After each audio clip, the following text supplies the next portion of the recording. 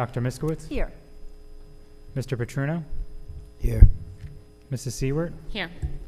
And Mrs. Mendez? Here. I will draw your attention to, but not read in full, Sunshine Law, Statement of Videotaping of Public Portion of Board of Education Meetings, the Public Comment Statement, and no smoking or vaping on school grounds. Can you please stand for the Pledge of Allegiance?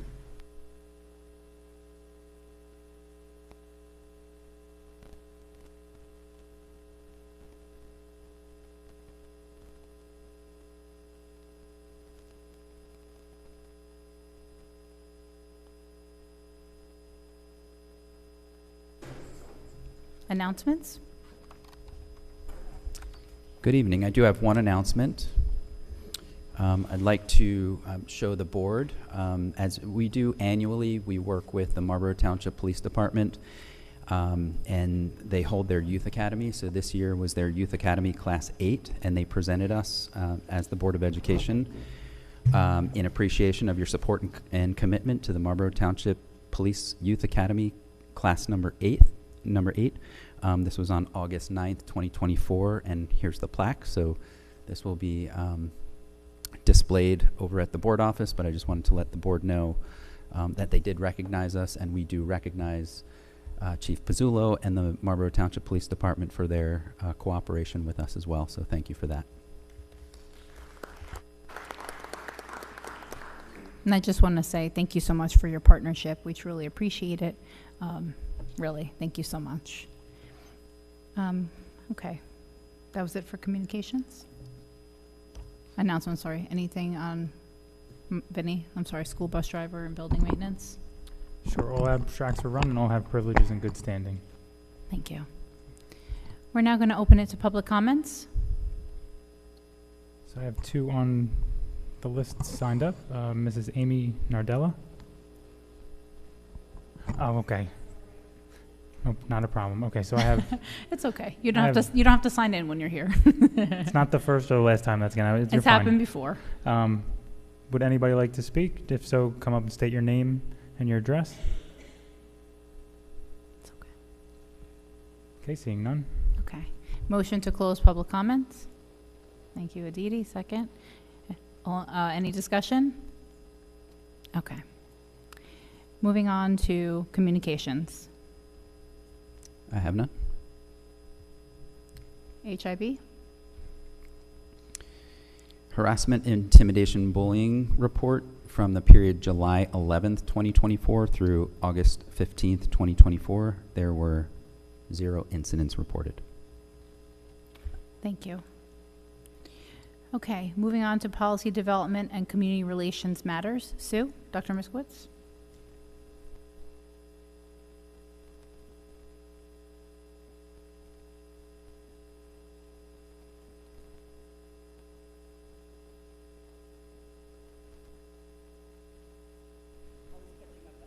That's okay.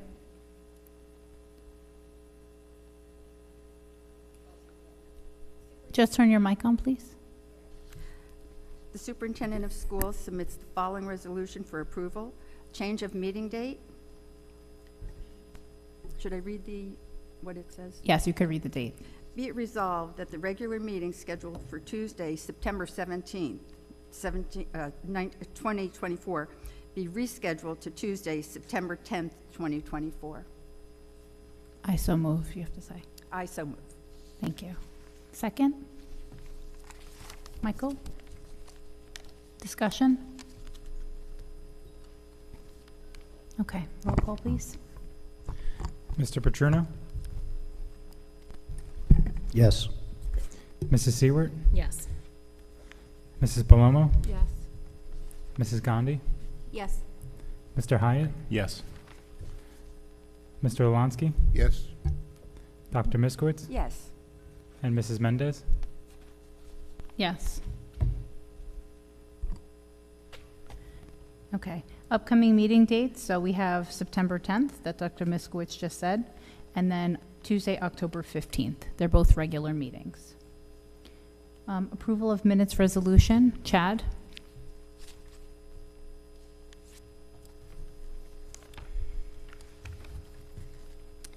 approval of minutes, be it resolved that the minutes of the following meetings will be approved and submitted May 7th and May 28th, 2024. I so move. We have a second? Aditi? Any discussion? Okay, roll call, please. Mr. Olonsky, Yes. Dr. Miskowitz, Yes. Mr. Petruno, Yes. Mrs. Seward, Yes. Mrs. Palomo, Yes. Mrs. Gandhi, Yes. Mr. Hyatt, Yes. and Mrs. Mendez. Yes. Okay, the Secretary Business Administrators Report?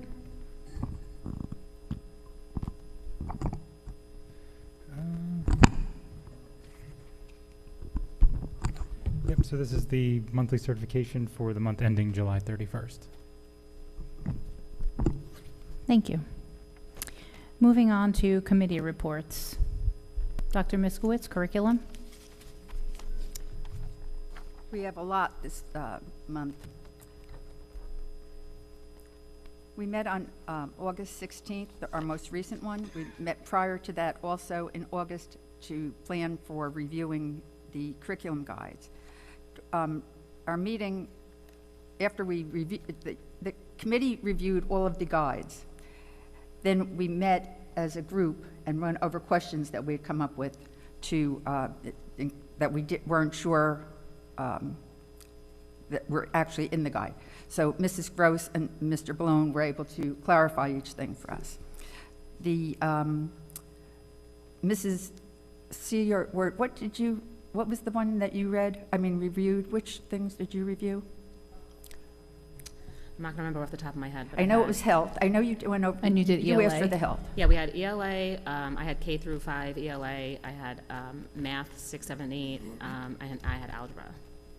And then the health curriculum hasn't changed from last year. And I was just asking Yeah, Morgan to if review. she could Yeah, just as a provide review. it. Yes. Same with the list of approved books from the district. That hasn't changed from our March meeting.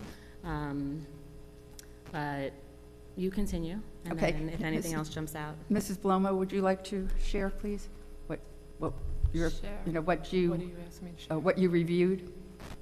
For myself, I reviewed K through 5 math, and then I reviewed 6, 7, and 8 ELA. No, I did 6, 7, and 8 ELA. So, I did 6, 7, 8. Yeah, you did. Okay. okay, well, so did I. Okay. Both of us read the same thing. Okay. But we do want you to know that the novels that will be taught throughout the school year will be found on the teachers' websites. If there's any novel that you feel is not appropriate for your child, and it doesn't have to be a sexual thing, it could be an emotional, a mental, something like, for instance, an animal died in your household, your child is going to read a book about a dog, and that may be upsetting for the child. So you're free to, please, you have the option to have your child read another book. So all you have to do is call the teacher, they will make arrangements, you could decide between the two of you what would be a good option for your child. Never fear that you're stuck with that. And then same thing with the health curriculum. I want you to know, make sure. Excuse me, I'm sorry, we didn't review the health curriculum, so. No, she did. No, she did not review the health curriculum. Well, okay, all right. Well, then I The do health want, curriculum was not up for review, and we are just reviewing the standards as they were presented by administration. We actually didn't get into the weeds of books and transferring out books or anything like that, just that the options were available in the meeting Yes. that I was at. I don't know if yes, anybody- yes, you're right, you're right. Yeah, okay. You're right. We did not review it as such.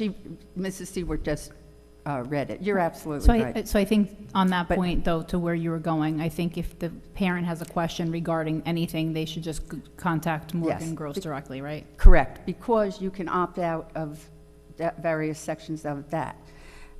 Okay, next, let's continue on. The books that are being used for math are Envisions Math and for the elementary, and Big Ideas Math in the middle school. We also discussed whether the math is spiraled, so that to make sure that the children aren't just getting, you're not just learning how to do addition, and then you don't do addition again throughout the year. It spirals, so you're constantly doing addition and subtraction, and multiplication. It spirals throughout the content. Since many of the textbooks are online now, we have the children, when they're reading the social studies and sciences, for instance, the readability level for each individual child is established by the teacher, and then the readability level is set on the science so that everybody is reading the same content, but reading it at their own level.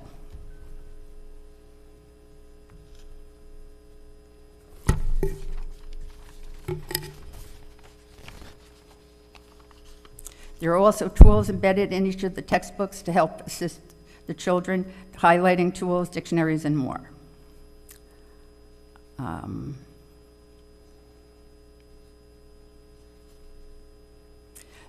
Governor Murphy signed new legislation bolstering literacy education for New Jersey students. So the district is just waiting for guidance from the state to see how that's going to be done. They're looking towards checking for dyslexia through, by the time they're in 3rd grade. Is that right, Mr. Balone? It actually happens by 2nd grade. Oh, 2nd grade. And we currently comply with that. Yeah. Okay. Then we reviewed the standards and the opt-out, and that's about it. Thank you. Safety and security, Michael? Sure. So we're going to be reviewing our crisis response, school safety and security plan executive tonight. Hopefully you'll be able to finalize it. I have asked the board members to come with their suggestions, and we're going to go over that tonight, and hopefully we'll have a final guide be ready for the school year. That's it. Thank you. Special education, Dr. Miskowitz? During the most recent Special Services Committee meeting, the department shared with the committee the various services that are offered to the students throughout the district. We discussed the curriculum and development process and where staff can find modifications and accommodations within the curriculum for 504s, IEPs, and students who are at risk. During the meeting, the committee also asked questions about how students are sent to out-of-district placement and how they're initially determined. The committee also asked if any services are shared through shared service agreements with other neighboring districts. The administration spoke about the development and the role of the newly created Emotional Regulation Impairment Program, which is scheduled to start in September at Morrell. Administration gave us an overview of the ESY program and how it was progressing throughout the summer, and I did get an opportunity to go over and see the kids in action, so that was really nice. We are planning on the Special Services Administration is planning, and teachers are planning on sending the parents of ESY students a survey to provide feedback for next year's program. Thank you. Moving on to policy committee. Sorry, Val. Oh, go ahead, I'm sorry. Yeah, just before we move on, for the curriculum committee, can we just elaborate a little more on the opt-out item that you had mentioned in the last, just for clarity, is it going to look versus last year to this year, just so any parents I have a few watching. things I'd like to add to that as well. So, Yes. Sue. Of course. Okay. Yes, I'm glad, because you have a good, you go first, because you have a good Okay, I don't suggestion. want to skip policy, but there's a few Yeah. things No, that please. just needs to be mentioned as far as the curriculum committee goes. First, everyone should know that the proposed changes to the curriculum can be found on the district website. If you head over to mtps.org, you could, or is it .com now? Is it .com now? Yeah, org. You could find all of the proposed curriculum updates, which will be voted on tonight, and once approved, we're on track to approve them because of all the work that the curriculum committee has done. Parents can access the very thorough curriculum that the district has provided for us to review as a whole. So if there's anything that you want to be prepared for going into this next year for your child's grade, It's very easy to access. You just click on the, I guess, the subject and then the grade, and then you could even see the lesson plans, and you could find the standard, and then you can find how Marlboro will be teaching it. So there's a state standard, and then there's another column where you could see how Marlboro will be implementing the state standards to fit our district. As far as the opt-out goes, in the plethora of paperwork that we all had to fill out before the big excitement of the schedules being released, parents of 5th graders and 8th graders were also given very clear-cut opt-in, opt-out options for the more sensitive health topics. I'm just telling you, in my household, it was very helpful for my incoming 8th grader to see what the health curriculum lesson looked like for him, and we actually involved him in the decision of being opted in or opted out. So I appreciate the thoroughness that worked for my household, and I just wanted to give a quick thanks for that. I also want to thank the curriculum writers of the district, because just being on this committee and getting a small glimpse of what went into the work that was done this summer, I could really appreciate the undertaking that it is to write curriculum. I was on the curriculum committee last year, I'm on it again this year, so it's always impressive to see the time and effort that goes into, you know, implementing the standards and making sure that it fits our district appropriately. So a huge thank you to the team of staff members and administration that were involved in the curriculum writing. And is there anything else I'm leaving out? I'm like rambling a little. Oh, right, if you haven't filled out the paperwork yet, you can see online that the toggle option has a little bit of a different look this year. Instead of being automatically toggled into opt-in or automatically toggled to be opt-out, it's a neutral toggle, so you can make that decision. You have to make the decision to move on with the paperwork, but I did appreciate, you know, no alluding to the opt-in, opt-out, that it was a neutral toggle. What else? The adjustments that we recommended were immediately recognized and remediated, so I do appreciate Mrs. Gross's swift actions when it came to the conversations that were had between all of the curriculum meetings. And I think that might be it. Sue, is there anything? No, you got. We're glazing over? But please do, can I say what else you said? Yeah, sure. Mrs. Seward also mentioned maybe it's a good idea for the middle school parents to, especially maybe 8th graders more so, to involve your child in the decision making. That's just what worked in our home. Yeah. So I yes, appreciated the resource. Yes, because they're getting older, and they may, you know, if you feel your child is able to handle that type of situation, talking to the parent, that's, you know. Yeah, it's up to Involve them. everybody's Yeah. prerogative. Mhm. We just, But it was a good idea, I thought. I If you appreciate want, it. I just if don't you want want. anyone feeling like No. that's how they have to do No, it. no. You know, you're the parent, whatever you feel Absolutely. is best for your child is what you know best. But for our home, we are a communicative household, so when I had the opportunity to show my 8th grader what the lesson was going to look like, he had a better understanding instead of like being caught off guard or being opted out if he didn't want to be, or Absolutely. being opted in if he didn't want to be. We just chose to involve him Yeah. for Yeah. our home. But Exactly. it- But I it was a think good end parents- yeah, result. Yeah, no, people wouldn't think of it, so I thought that was a, you know, Thanks, I nice appreciate that. suggestion. But again, it's just something that worked for us. So it's, Yeah. you know, if that's something that you feel might work in your home as well, then you could definitely utilize the information that was given from the district, just to give them a heads up. Also, if I remember correctly, these sensitive or detailed discussions don't happen until the end of April, beginning of May, if I remember. So even if you make a decision now and you feel like this is the decision, and then you maybe notice that your child matures differently in the next 7-8 months, you always have the option to change your mind throughout the year. Absolutely. So I think that was Your it. child, you are your, parents are known to be a child's first teacher. You will always be your child's teacher, and you have the right to opt in or opt out of any piece of curriculum. It's not just the health curriculum, it's not just the novels. Anything that you feel is not appropriate for your child based on your values is what you, you know, set for your child. I have a few clarifying questions, sorry, and follow-ups. So just so that, you know, I guess the audience knows, the people that are watching knows, who is on the curriculum committee? Can we just say the name? It's Dr. Miskowitz, Danielle, and Annette. And then they work with Mrs. Gross, Mr. Balone is there, and then Mrs. Gross will have people attend at times as well. Okay. And then you just mentioned the health curriculum. Did everybody on the curriculum committee? The health No. curriculums didn't have any changes this year. It's So the it's- same health curriculum that was passed last year by the board, and it's the same, no changes have been made to the health curriculum. It's the same. If I'm not mistaken, I think it's every 5 years. Is that correct, Michael?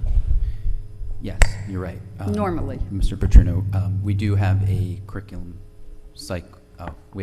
cycle of 5 years, unless the state comes down before that and changes the standards. So since the standards did not change, we didn't have to change the health standards for So- this year.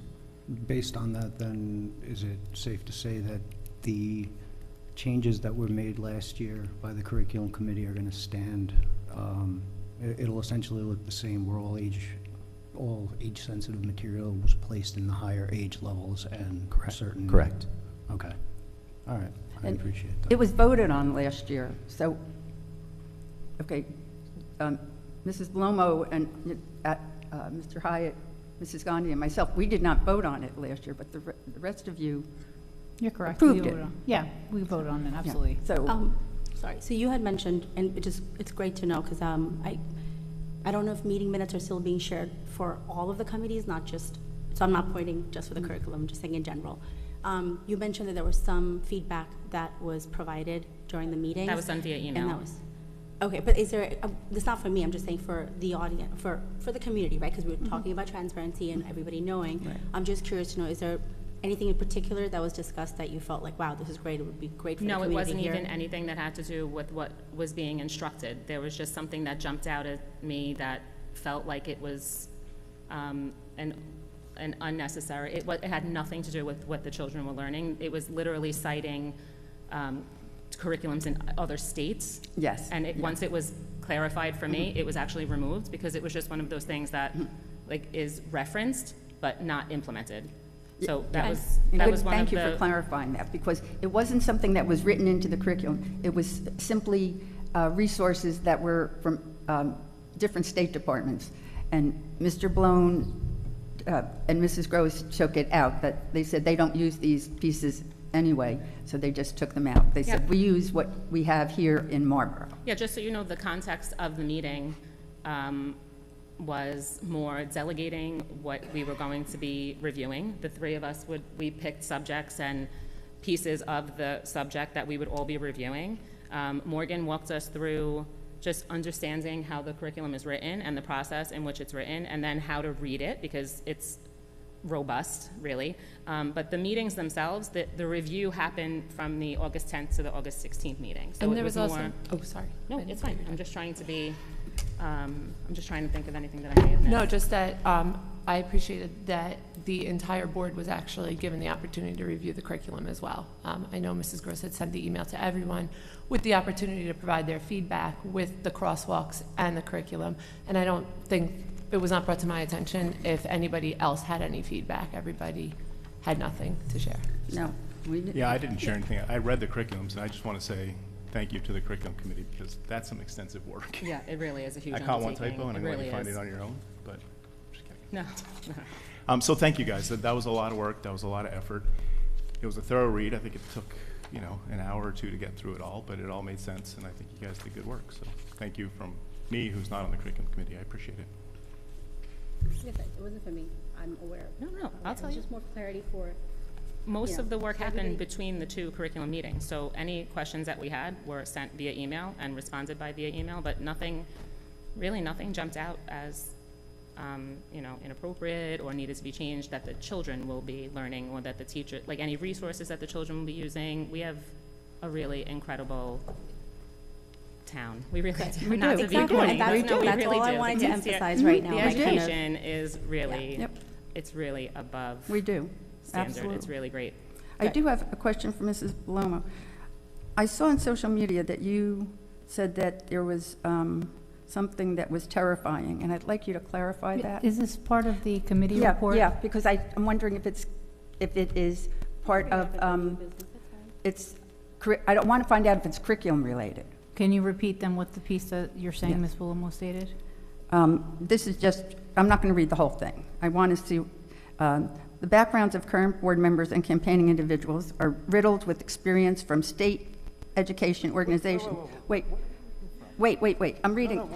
This is from, I said social media, but this is the key word. I'll just let you know that I'm not going to be responding to any of your Okay. questions. Yeah, All right. I think we'll just keep it to the committee report. Okay. Thank you. Yeah. Anything else about curriculum? Okay. Let's move on to policy. So I'm going to give an update, and board members, you'll chime in too with the work that's been done regarding bias-related acts, hate crimes, and so forth, and the training we've gone through, and we'll give an update to the community on that work. But part of that work falls under the policy committee, so I'll give the rest of that update later, but I'll talk only about policy under this update. So the policy committee met a couple of times, and we've made some edits as discussed in our plan of action at the end of the school year to update the code of conduct policy and to update the HIB policy, harassment, intimidation, or bullying. So tonight up for approval for first read will be 5600, which is student discipline code of conduct, and 5512, which is harassment, intimidation, or bullying. Just a couple of things to highlight within 5600, which you saw if you read. You can read it on the MTPS website under the policy section under board policies, and it's there for first read. But we did add within the fourth paragraph on page 1 of that, as part of the training that we went to with the Marlboro Jewish Center, which I'll get into how, you know, fantastic and informative that was.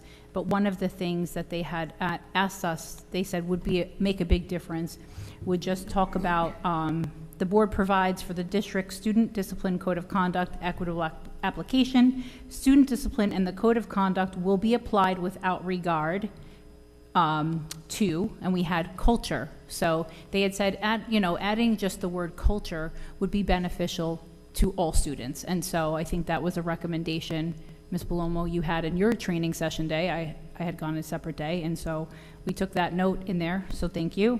In addition to, and then it stayed the same, right? It had all the different things, race, color, religion, ancestry. You can read all of those that are in there. So we did add the addition of culture. I did update the Mrs. Dara Winston this morning. I told her I'll send these over. She was happy, though, to know that the word culture was added. There's also in here, in that same paragraph, there's the Board of Education shall provide to all employees. It says annual training, and now we have on a semi-annual basis. It's going to go to students on the prevention of intervention and remediation of student conduct that violates the district's policy and regulation. And so we actually added some language in there and said that on a semi-annual basis, during the first and third marking periods, the staff shall review with students the policies and regulations 5600 and 5512 pertaining to student discipline, code of conduct, and harassment, intimidation, or bullying. So we thought it would be important to add that review with students. So to Mrs. Seward's point, it's great, right? My child stood there too, wanting her locker number. It was really, really important to her. But to get to the locker number, I had to go through all of the forms, right? And if you know that as parents, you know that it's really important that you look at all the forms. And so I was like, come on, it's important we look at the policies. But in there, right, we know when I tried to go over code of conduct, she wasn't that thrilled or interested, right? And I wanted to read it because we put a lot of work into it.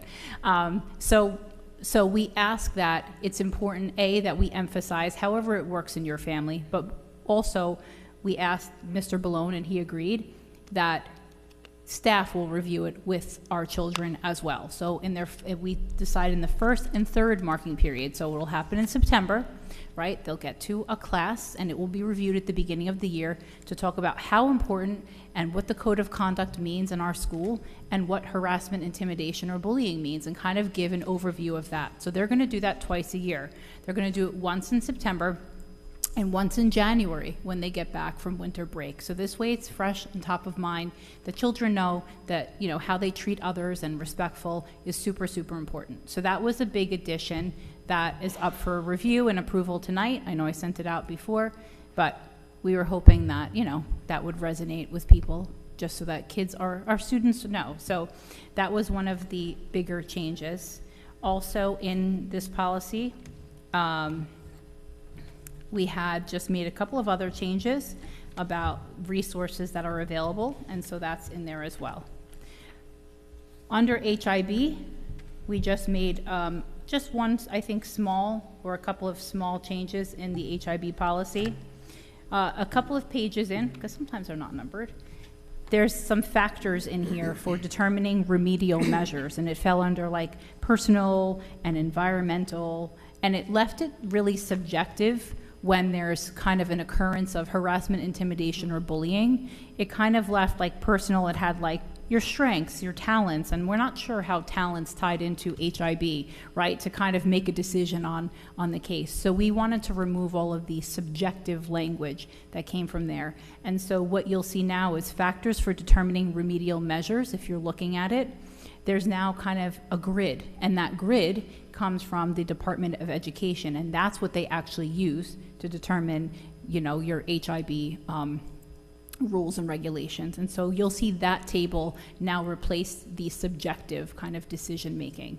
And so we added that in as well. And so that chart is in there. If you're interested, you can take a look. We'll talk more about some other things, but Mr. Balone, is there anything you wanted to add on the policy? Not on the policy per se, but more around the training, right, which relates to our policy. Just again want to formally thank Rabbi Pont from Marlboro Jewish Center, Stacy Gallen and Dara Winston and their team. In addition, I met with, over the course of the last several months, leaders from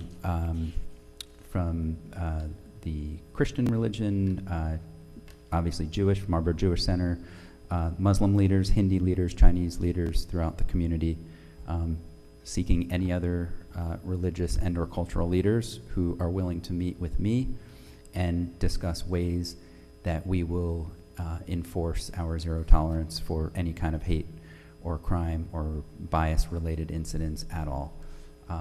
And we will deal with it swiftly and provide consistency through policy 5600 Code of Conduct. Thank you. Yeah, I also just wanted to add, first off, thank you for, you know, going to those links. I know as a board, you know, based on incidents that we faced in the last school year, you know, we took these measures, and I actually agree with all of your sentiments about the training. I wasn't sure what I was going to be learning, but it was informative, and you know, the way that it was presented was fantastic in giving, you know, like real life scenarios and showing how it could be implemented in the policies. So I think it was a huge success, and I, you know, definitely want to thank Mr. Balone as well for going to the lengths that you did to reach out to, you know, all the leaders. So thank you. Yeah, I want to echo that too, and I just want to make sure we don't stop here, that you continue meeting with those community leaders, because the one thing I learned from Stacy, particularly in her nonprofit, Center for Combating Anti-Semitism, is that community bridge and just meeting with those, because things change, hate evolves, discrimination evolves. So I hope you make that commitment. And I know you will. So thank you. Just to add to that, I too was really enlightened with the training that we went, and I want to thank Valentina for not just arranging the training for us board members with Mr. Balone, but also taking action. What happened with these policies is a great example of being proactive for next school year, taking the bullet points out of the HIB policy and replacing them with a chart is a true testament to zero tolerance. There is now an action and a repercussion, which I know this guidance was always there. However, now this is part of our policy. It's memorialized, and I think that it is a really positive change. So it wasn't just going to a training and sitting on the information. You were really active in spearheading us being able to roll it into a policy as well, and that's appreciated. Thank you, and it was a group effort. I know we all were working hard and rearranging schedules to make it there. So we'll talk more about the rest of the work, because I don't want to kind of like lump it with the policy committee update, but we'll talk more about the training and other things that are going to happen in the school year and ways we can support the district. Did you want to say something else? Yeah, I actually just had a question about like the first and third marking period, have you received any feedback? Like, is that, is it generally felt like a good consensus among the staff, or? So that's something, when I get the whole admin team together next week, that will be one of the items we discuss, and then I can report back on what that looks like. Yeah, if you could let us know. Because I essentially what the idea with that was without having to, not wanting to tie the hands of the administration so that they could, they could have the training twice a year, but we wanted to also make sure that it wasn't done, the day before winter break and the day before kids let out for school. So we had kind of brought it to, just a general first and third marking period, so that when kids are coming back to school, they are, reminded of it. And then when they return for the second half of the year after winter break, it's, brought back again. So definitely keep us posted, but thank you. Thank you. Okay, thank you, everybody, for the committee reports. I appreciate you meeting in the summer and still working hard on all of those, so thanks so much.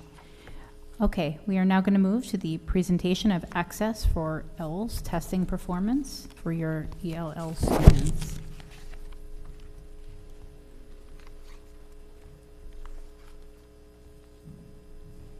Mr. Ballone, Mrs. Gross, Mrs. Mendez, members of the board, my fellow colleagues, parents, and the viewers. My name is Kim Georges, and I'm the district supervisor of ESL, as well as the vice principal of Robertsville Elementary School. Tonight, I'm going to present to you the Access for ELS annual report. However, before I do, I would like to take a moment and talk about the process for identifying our multilingual learners. So our multilingual learners are identified through a variety of ways. Upon registration, a language survey is given to all parents that register their child, and any language other than English that is reported is noted. The registrar then fills out an online form that goes to me, and I arrange to have the student screened. Now, when a student transfers from another New Jersey district or a state that participates in Access for ELS, and the parent has noted ESL, we do not need to screen. We just put them into the program as it's a continuation of service. However, if they come from a district such as New York that does not participate in the Access for ELS program, we will screen that student. Once the results are in, we do notify the parent, and the parent does have the right to refuse services. Our district ELSL program is aligned to the New Jersey Student Learning Standards, the WIDA English Language Development Standards, and are also aligned to our district curriculum guides. In K-5, the students receive 30 minutes of ESL a day, and the students in grades 6 through 8 also receive a full period of ESL, and for the students that have just arrived to this country, they are also getting an additional push-in support period in their core classes by an ESL teacher. Each year, all MLs, including those that have declined services, are tested using the Access for ELS test. The 4-part test measures the student's ability in the areas of reading, speaking, listening, and writing.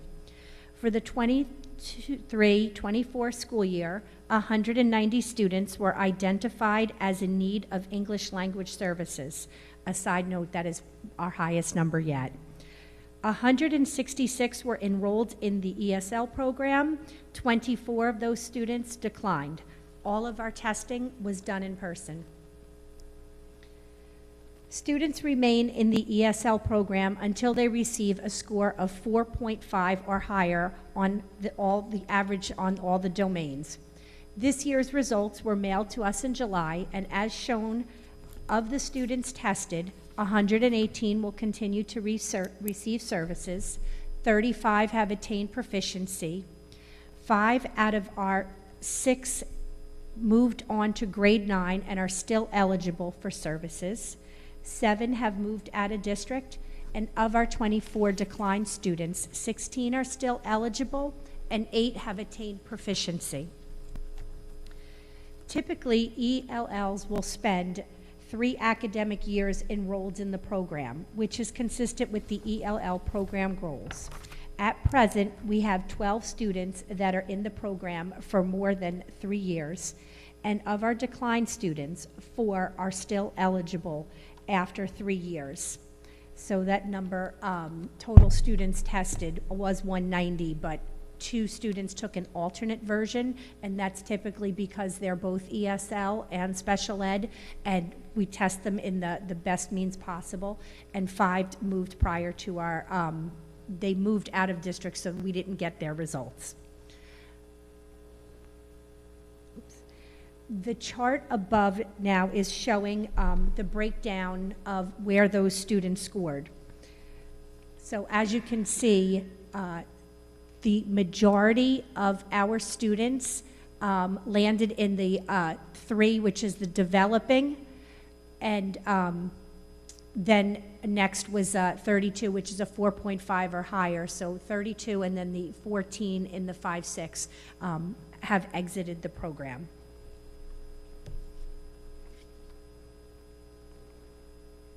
So our ESL across the district. So this is the breakdown as it looks today. These numbers do not show any kindergarten yet because we will be screening the kindergartners next week, as well as any students that have registered that have indicated on the language survey that they speak another language at home. So we do anticipate maybe about another 20 more on top of the 118 students that are currently going to be enrolled for next year.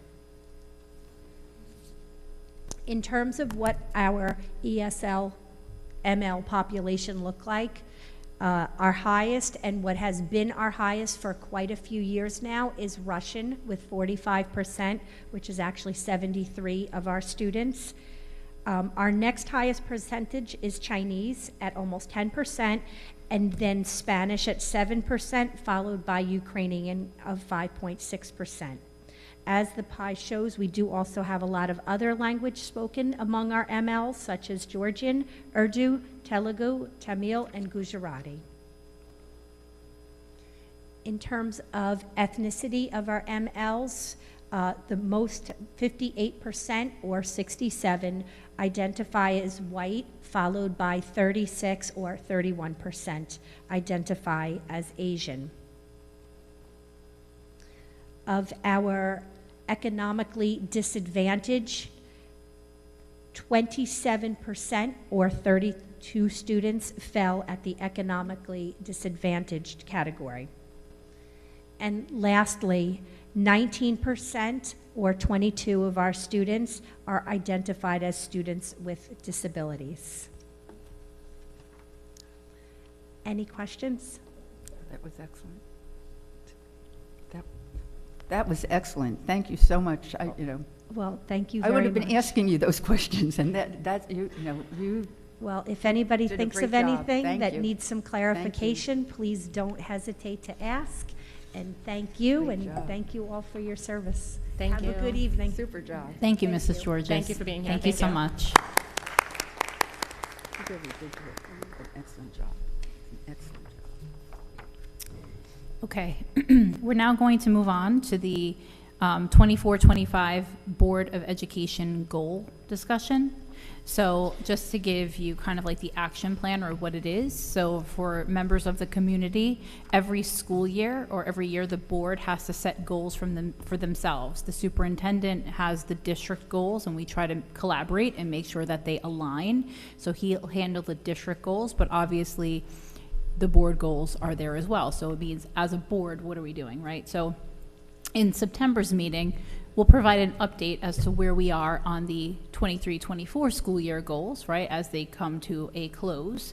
And then we'll try to we're going to map out, kind of have a discussion on board goals now. So Mr. Lalonsky and I had just put together for the board members talking points, things to think about. But here in this room, we are to discuss what we think the goals should look like for next year. So for the members of the community, the board has just samples of goals that we could talk through, and just to kind of give you a starting point. But by no means are these the goals. You tell me what you think. And so I'll start and open the discussion. But for the community, some things that could be out there, right? If you looked at our website now, we had They're on, by the way, they're on the mtps.org website under Board of Education. There's actually board goals there. So if you're interested to see what they are, they're listed. But you'll see things like policy, right? Because that's what we are, a policy-making body. You'll see things about community engagement, and so it has on there like the coffee chats and things like that. And so there's a couple of things that we had put together as examples, but I will turn it over to the board members if you have ideas of goals, if you've read through this, any thoughts that you may have. I'll open up to all of you. Yeah, the one thing, so thank you for putting this together. It's good, and it's going to be an excellent first discussion.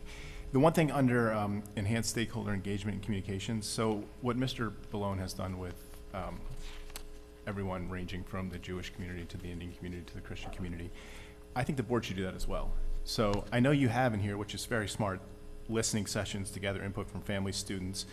I think we should extend that to community leaders as well, because they're often a gateway to what's going on in the community. I think could be a little more open than a family could be. Sure, absolutely. So for members of the community, so the board goal is one recommendation or idea. The title is Enhanced Stakeholder Engagement and Communication, and the objective that we put as just a draft talking point would be promote transparent, consistent communication and foster relationships with key stakeholders, students, families, teachers, and community members. We want to actively seek input, address concerns, and collaborate on solutions that improve district-wide educational outcomes. And then underneath that, we had put together a couple of milestones as like a thought, like how would we achieve that? What would we do to get to that place? And so we had like develop a communication schedule, right? That includes regular updates and so forth. And so Chad, you wanted to add a third milestone there, or you wanted to extend on one? I'm just going to take notes as you're talking. Can you just, yeah. I think you can extend number 2 to include community leaders. Okay. So like we've started doing. We should make that a goal, and we should sure. start doing it. So on that one, number 2 that Chad is referring to, it says host quarterly community forums, town halls, community coffee chats, or listening sessions to gather input from families, students, and community members, creating a platform for open dialogue and collaborative problem solving. And so you want to include just community leaders as well, correct? Actually, looking at that, I think it should be a separate. You want it to be a separate milestone? Yeah, I agree. Let's keep it separate and be more specific. I think community leaders is a great jump-off point, but I just want to make sure that these are training sessions and conversations that we can have to, foster better educational experiences. I don't want to, I don't want it to ever insult someone if we, maybe don't go to the senior citizens of the community. Like, I just want to make sure, not like there's anything wrong with senior citizens. I just want to make sure that it's something that could be directly implemented within the buildings and that could enhance the child's experience as an MCPS student. Am I on the same page as everybody? Is that something that? Yeah. You are. Yeah. I took that note, and then what we could do is I'll just take notes, and then obviously we'll expand upon it. I'll send it to all of you, and you can kind of review it and approve it, right? Because we're not going to solve all of it today, right. But that's a great point, and so I added that and took some note there. Since we're on that, is there anything else? Did you like this goal? Did you think that it makes sense to have it? Did you feel like the objective hit the nail on the head? I do. I think it's a critical goal for okay, board good. education. What I'd like to know is this, if this is an action plan, how are we going to, we have to decide how we're going to evaluate. Is that the next section that we are going to be doing? Yeah, and so there's, it kind of cut out. It looks like it's blurred on the top, yeah. But it had on the top, it had like who's going to be responsible for it, right. like Who's the board, the staff, and I think it had like resources. I can't see it now because it's kind of like blacked out. An actual action plan. And Yes, the action plan, like how would we measure success? Am I right? Because I know you're looking at it. Is that what that last column said? Oh, for you too? Okay. Okay, no, as long as we're going to be. It's in there. Yeah, You can highlight it. yeah. Yes. Yeah, so the last column Yeah. was indicators of success. So how do we know we've met that? Right, yeah, good. Michael, is there a way to have some type of formal communication between the student leaders, like the peer leaders or the conflict management kids? Like, is there any way that we can maybe get a boots on the ground perspective when we say involving the students? I just want to make sure that if they're seeing something that's going on in school, the only opportunity that they have right now is this big scary microphone. So I just want to make sure that they're being seen, that they're involved, that they know what's going on in their hallways, their classrooms, their buses. But then I just want to make sure it gets to the right person when it comes to communication, because that's like what I nerd out over. I'm glad you mentioned that. It's already underway. Obviously, we don't have students yet, so they don't know yet, but we will be leveraging the student leaders, and we will be bolstering our peer leader groups in our schools. Middle schools have peer leaders. The elementary schools look a little different, but they are going to. I'm going to be working directly with them, Great. with the counselors, with Mrs. Tardio. She's the administrator who oversees all of that. I love that. And so it's already underway, and again, that will be something we talk about as well next week. Yeah, that's a big role, right? Isn't it usually a student that exemplifies all bodies of our, pillars of success? I just want to make sure that they're being seen and that they feel like their job is important for us as well.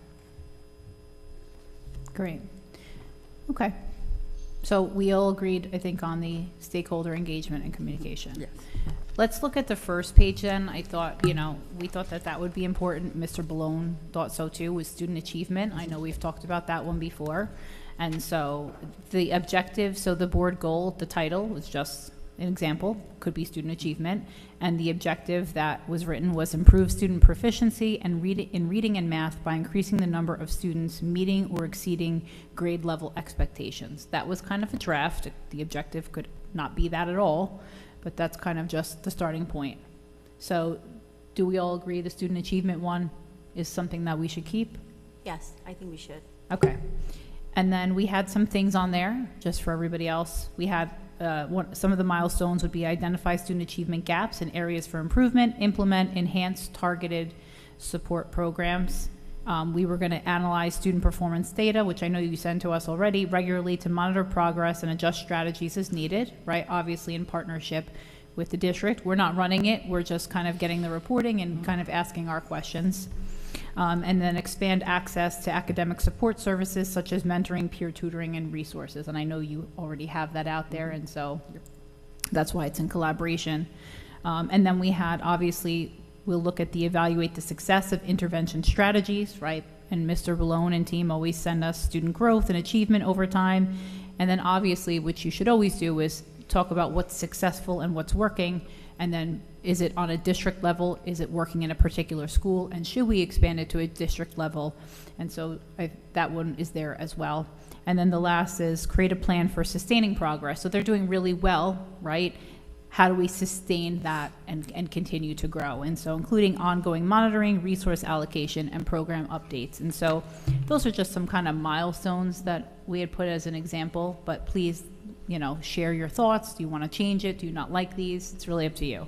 Is there any way that we can add a blurb for our students who are achieving minor goals, especially in maybe the special education programs? Like, a success doesn't always look the same for everybody. Like, it might not be a milestone academic achievement, but maybe we have a student that's become more independent, or someone who is becoming more social, or someone, success looks different for everyone. So is there a way that maybe we could add? So maybe we could add something like celebrate success for all students and find ways to celebrate success for all different achievements, something like that, right? Yeah, it just, it's. Does that feel okay? It doesn't, success isn't just defined by. Agreed. Our gifted and talented children, or it says here, meeting or exceeding grade level expectations. Sometimes they aren't meeting their grade level expectation, but they've made leaps and bounds in success in their own journey, so. Yeah. So maybe, go ahead, I'm sorry. I was gonna say, I agree, and it's funny because Dr. Miskowitz and I actually went to the Abbott Center, Learning Center, what was it, last week, Mr. Balone? Almost the last day of class. And I know that every single student in there, along with all the teachers, they're working really, really hard, and I think it would be amazing to celebrate them as well. So I think that we should definitely look at adding that piece in there. So thank you for bringing it up. I was just going to, but yeah. Yeah, that's great. So maybe the objective, we'll keep it as meeting and exceeding, but we'll add another statement about finding ways to celebrate all successes as the objective itself. So just a question, this might have to do with state scoring, but reading and math, we're not limiting it to reading and math, right? No, that was just an example. Okay, If cool. that's why it's open to, it's just, these are all examples, just to get us talking, that's all. I mean, those are important subjects, obviously. Do you want it to be it says reading and math. Did you want us to just be meeting or exceeding grade level expectations and take out the subject? Yeah, Well- I just want to make sure we're not limiting this. You know, Sure. we go and a year from now, we say, well, we got reading and math scores up, but we failed in other scores. I wouldn't consider that achieving. So is student everybody in agreement? Then we'll take out reading and math? Keep it more general. Yeah. Keep it general, okay? That's all. It's just a clarifying question. Absolutely. But it's a really good goal to achieve, so. Yeah, absolutely. Okay. Anything else under milestones, or you think that's enough to keep it broad enough? Go ahead. Before, when we were talking about community, I do hope that we include special needs children and children that are not necessarily the cream of the crop. I'd like them to be part of, you know, like you might be The a input. peer leader, but not everybody's going to be a peer leader. I'd like, other children to be able to be recognized for their achievements. Maybe they are good in art, maybe they're good in music. It doesn't, let's get everybody involved. I think that's your idea was great, and I'd like to pull it in further. Yeah, of course. I just don't know if I want to leave it as vague as like a suggestion box, because the kids could get probably pretty crafty when it comes to that. So I just want to make sure Yeah, that it's I hope that's fine. specific, Oh, yeah, like a selected group of children Yes. across all spectrum of education. exactly, Yeah, but- exactly. I just don't want to get like, that lunch isn't hot enough kind of reports back Yes. kind of thing. So It's the- fine, lunch is hot. Thanks, Vinny. He's great. I think, Mr. Balone, you understand where we're headed with that. I do. Were you I gonna just had a add? question. So Go ahead. I don't know if this falls on the board goals or this is an administrator goal, but I know we are working to reduce the out-of-district placements. And so I don't know if that falls under student achievement, or I assume if those students are achieved through the changes we are making through special education and other things, that those students should be able to achieve better, and we would reduce out-of-district placements. I also don't want to put things in here that aren't the board's responsibility. So it's a question. It's not a recommendation. So I'm not sure I would, and Mrs. Tyrone, you maybe weigh in here if you want to come up to the mic. I'm not sure I would bundle that necessarily with student achievement, because there are students who achieve but have disabilities that we are unable to address, and that's why they're out of That's district. fair. So I'm not sure I would do that Okay, that's fair. in this sense. It's a question. I know we've talked about it before in the past. Can I just ask one more thing? I know I've seen a lot of success stories here from classrooms and principals and students here. Could we extend that also to the special, like that group, so that whether it's from Abbott or whatever, that they can come up and, because I feel like as a parent, right, you want to feel pride even in that. So just to give those students and those parents an opportunity to come up and kind of shine, and we'd love to see that happen if we can. I still talk about the dog biscuit. Yeah, I was going to say, and Just gonna say. before you all were elected, we did, Ms. Tyrone and team had their students made, was it your group, Ms. Tyrone, or was it before you? Maybe. It was you, right, with the dog biscuits? The children made, they actually had like a business, and they made biscuits for sale for the dogs, and we were able to buy them as board members. They sold them here, and it was so nice. They presented, they had a presentation, so absolutely, we're in agreement with you. They should. did present, so more opportunity like that is fantastic. And I just want to give Mrs. Tyrone a shout out. Like, I saw her in action that day at Abbott with all of the students. She remembered everybody's names. Everybody's name, everyone, And everyone. She I knows mean, them all. just the way she was with them, like, honestly, you're amazing. Just wanted to mention that. And she did such a good job. Like, we walked, and Mr. Balone was there, and it was just really, really nice to see that, because I haven't, obviously, this is my first year on the board, but it was incredible to watch. So thank you for what you do, really.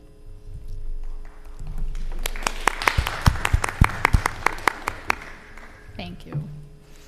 So we had student achievement. Is everybody okay with that? I'll modify the objective, and then we kind of move past that one. Yeah, Okay. So we had student achievement, we had the stakeholder engagement and communication. The next one that we had on there, as an example, we could remove it or not, it's up to all of you. The goal was foster a safe and respectful school environment. We had talked about that would be important, so that's part of our plan, right, that we're going to talk about our plan later, of like how we're kind of working through all of that. Mr. Balone agreed that that was something that was really important. So our objective there was to develop and enhance comprehensive policies and programs that address bullying, discrimination, and hate, promote a culture of respect and empathy through proactive initiatives, ensure consistent enforcement of student conduct standards, and support targeted interventions to prevent and address incidents of bullying and hate. So we thought that ensuring consistent enforcement was super important too. We have policies to live to, and we want to make sure that all students are treated fairly. So that was kind of the objective. Go ahead, Michael. So, I should have thought about it before, but you're going to mention it later. I don't want to take your...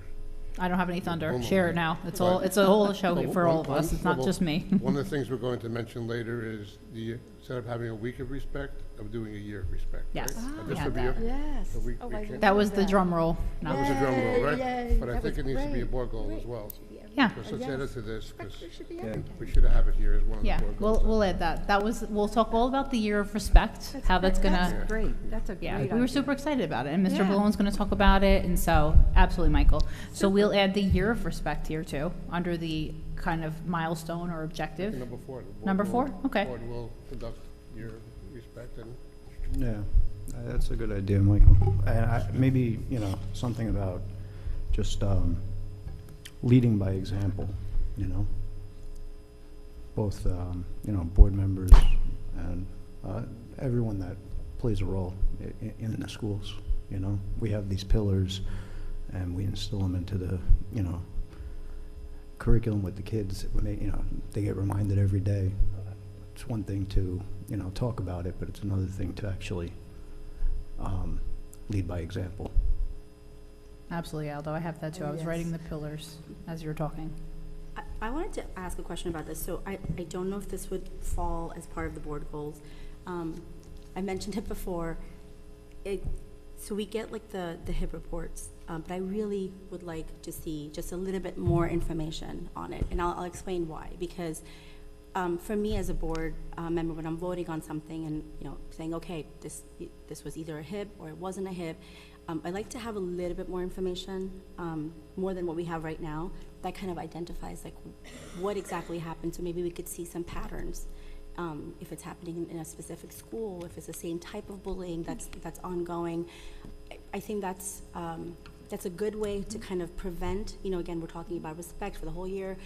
For me, I would like to see it just a little bit more. So I don't know if I would love to add that into the goal where it's a summary. And again, I know we don't have to name the students. I understand all of that, but I, as a board member, before I vote, I definitely want to see more information on any of the HIP reports that are coming in from any of the schools in the district. And I don't know if that falls under just a question. If it could just be something separate. I don't know if this would actually fall under a board goal. But. So I know we did talk about that. Mr. Gross, I know I shared our template with you and you were satisfied with it. Maybe we can talk, because I know there are some legal ramifications. We have to be careful with the information that is shared, so perhaps maybe an executive, we can talk about some of the legal ramifications. And if there's something that you are missing that you need, and we can provide it, I'm happy to provide it. Yeah, I mean, it's, again, whatever legally we can't, it's fine, but I don't think, are there restrictions in terms of how many words can be in the report, or, I need to understand that a little bit better, because obviously I don't want to do anything that goes outside of that. I appreciate that you approved the template, but there's room to change that around, to add more to it, or are there restrictions? And the reason I ask also is because I've, again, speaking to different board members outside of this district, there are summaries that are presented that are a little bit more in depth than what we get.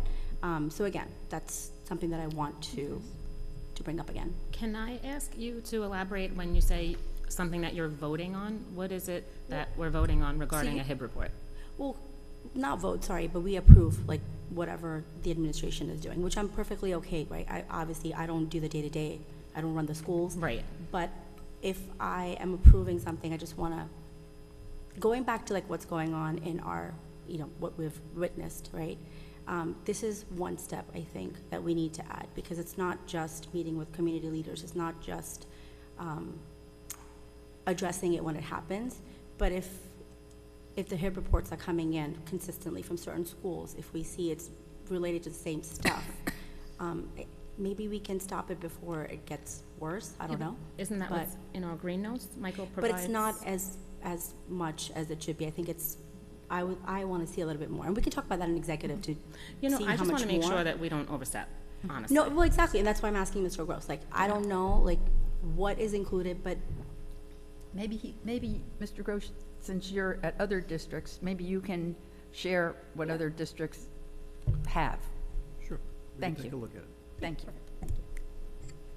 so could that be added if it works and if it's within, you know, I don't want to overstep again, but if it's within the board's Yeah, I think, purview, that we can put that as part of the goal? yeah, we could talk through when after Mr. Gross speaks, because in milestone 3, where it talks about evaluate program effectiveness annually to adjust programs and policies based on findings to enhance their effectiveness, that all of that could be encompassing, right? If we're getting, to your point, a variety of reports from one school, right, then clearly the program may not be effective. And so we could talk through what that would look like, but that would potentially fall under number 3.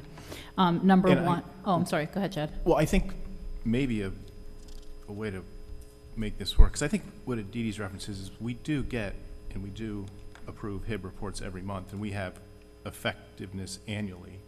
Maybe we could change that and look at that more frequently, which Sure. reviewing the HIB reports would obviously be a part of any of that if we're looking at, you know, fostering a safe and respectful school environment. So my fear is that, you know, you wait a full school year and, you know, you can't intervene earlier. And Sure. So maybe we take out the word annually and just leave evaluate program effectiveness and adjust programs based on the Regularly. need, Yeah, right? regularly, yeah, we can decide that yeah. through Okay. further discussions, but All right, I'll take out the word annually, and then we can go from there. Number 1 says review and revise district policies related to code of conduct, bias-related acts, and harassment, intimidation, or bullying, ensuring they are comprehensive and consistently enforced across all schools. Number 2 had launched district-wide awareness campaign, which we'll talk about later, focusing on bullying prevention and promoting respect. And then I read number 3. I had in here your note, Michael Alonsky, on year of respect. We can expand upon that. In addition, Aldo, I have your note to add in the pillars, making sure that people are leading by example. And I have the pillars added as well that you had asked me to add. So I just took that note down. Do you all agree with this one? Keep it, it's good? Do you feel like it hits the mark? I like it. absolutely. Sorry, question. When you say pillars, Our citizenship pillars Oh, okay. that are here behind us, I At just the added schools. those in too. okay, I just want to make sure. Thank Yeah, you. yeah, yeah. Okay, so moving on from that goal, In the we school. added another one. An example, again, if you don't like it, it's just a talking point. You can say you don't like it or you do. They're This actually one is all about. really good. Huh? They're actually all really good. Oh, good. A lot of work on that. Promote fiscal responsibility and resource allocation. So again, we approve a budget every year. Mr. Caravello and team work really hard, present it multiple times to us, so thank you for that. And then we have to, obviously, it's our job to be knowledgeable and vote on it and kind of make sure that we're aligned and that we're doing the right thing. And so it's important, at least, right, that we have it there. The objective that was written was ensure district funds are allocated effectively to maximize student outcomes, support high-quality programs, and maintain financial stability. Prioritize budget transparency and strategic investments that align with district goals and long-term planning. And so that was the objective of that goal. Does that one feel okay? Do you not like it? Can you just clarify number 2? Are you looking for more than what we got? Because I feel like we got a No. very comprehensive No. breakdown of the budget. For me, So this is just maintain. This is just to make sure that we have, so for everybody at home or here, number 2, the milestone says conduct budget transparency discussions, which happens, to explain the budget process, priorities, and key funding decisions, right? So sometimes Mr. Caravel will talk about S2 funding or things like that, and then ensure the budget is accessible to all. So I think just continuing to have those conversations is important for the community and for us as board members to be able to ask the question. Number 1 says ensure that the budget aligns with district goals, anticipates future needs, and addresses challenges such as funding fluctuations and rising costs, because we know the costs of inflation and things are rising, and so we want to make sure the budget stays on top of that. Some other milestones as examples. Number 3, use performance data and program evaluations to guide resource allocation decisions. Ensure funds are directed toward initiatives and programs with demonstrated impacts on student learning and well-being. And then number 4, we had identify and pursue additional revenue streams such as grant opportunities, partnerships, and other revenue sources that can supplement district funding and support innovative programs without burdening taxpayers, which we thought was important there too. We always talk about other grants that are available. I know you're always looking, Vinny, for other things that are out there as well. So we have different grants. So we thought that that was important to continue that work as well. So those are just some milestones. As an example, we could scratch them all and rewrite them. That was just conversation points. Were you all okay with? They look great, honestly. I think that, You did a lot of work. yeah, your work is impressive, and we're really lucky to have you. No. Yeah, don't stop me. Stop. Is there a way It's to embarrassing. implement any type of exercising our right to go out for RFP, since that's been a topic of discussion? Is this not the right time to put something like that in a goal? Is it silly to even bring it up? We can go to RFP, right, at any point in time for any of our services, right? So for everybody else, that's your request for services, right, when we want to go out for different vendors. We can do that at any time. Right, should that just be laid out in one of our goals, or should we just leave it as a I think, assumed? yeah, actually, that's a great point. You know, we just ran into an issue where we had a vendor that we hadn't done an RFP in almost 20 years.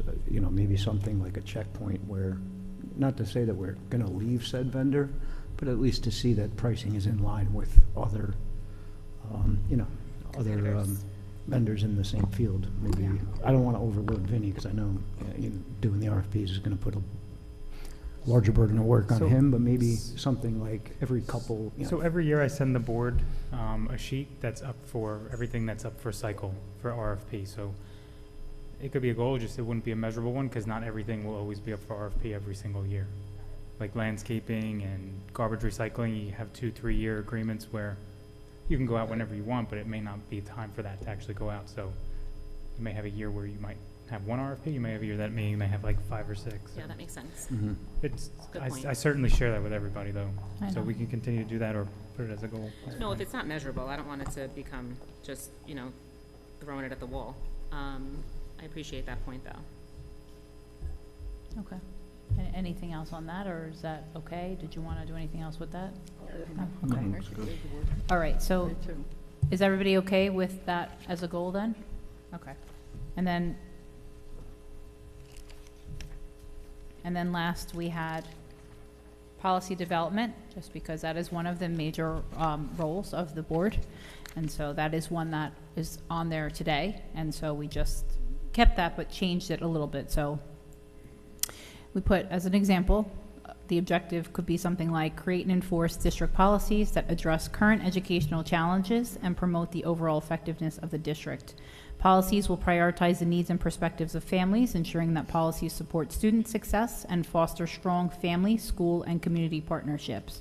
When revising policies, we vow to consider the age, maturity level, grade level, and appropriateness of policy language in respect to the students in our K-8 district. So that was the goal and the potential objective. Any thoughts on it? I love it. I love the community partnerships. I love that perspectives of families are in there, considering age, maturity, and grade level to make sure it's age appropriate. I love everything about it. Great. Okay, good. I just want to add in there, Yeah. so one of the things, I know there's a policy about meeting minutes. Is that something, and I'll ask, that's the question for you, Mr. Gross, is that something that could be publicly made available to the community? Or is that, so when we have different committees on the board, right? So the meeting minutes from those committee meetings, can we, I hear different things, right? So I just want to understand, like legally, is that something that we could put up so that if the committee members want to review or Or is that something that we don't share? Committee meetings certainly could, minutes of committee meetings certainly could be made public, depending on what committee. For example, personnel, in all likelihood, Right. there would be too much redaction to make that worthwhile. But other committees, as long as they're not prohibited under any of the exceptions of either the Sunshine Law or certainly for confidentiality purposes, student matters and the like, security and safety, those kind of things. Right. But absent those exceptions where it would be not appropriate and not legally permissible to disclose that information, those minutes certainly could be made available. So policy committee, curriculum, what, I'm trying to think, what are the other committees that we have? Special education. Special ed, so they could, so then I would And like to any add other that in ones that here. we end up developing. It's Okay. just in the spirit of transparency, right? Because we're trying to keep it open with the community, so I feel like that should be made available. So after- maybe that could fall, though, under the community engagement, because I was it's just not gonna so say much that. developing a policy, but it's Right. more that you just want, meeting minutes are accessible already. You just want to memorialize a place where it's readily available if people want to see it. Correct, so then can we go back and put that in that? Yeah. We have an extra box there. An extra policy.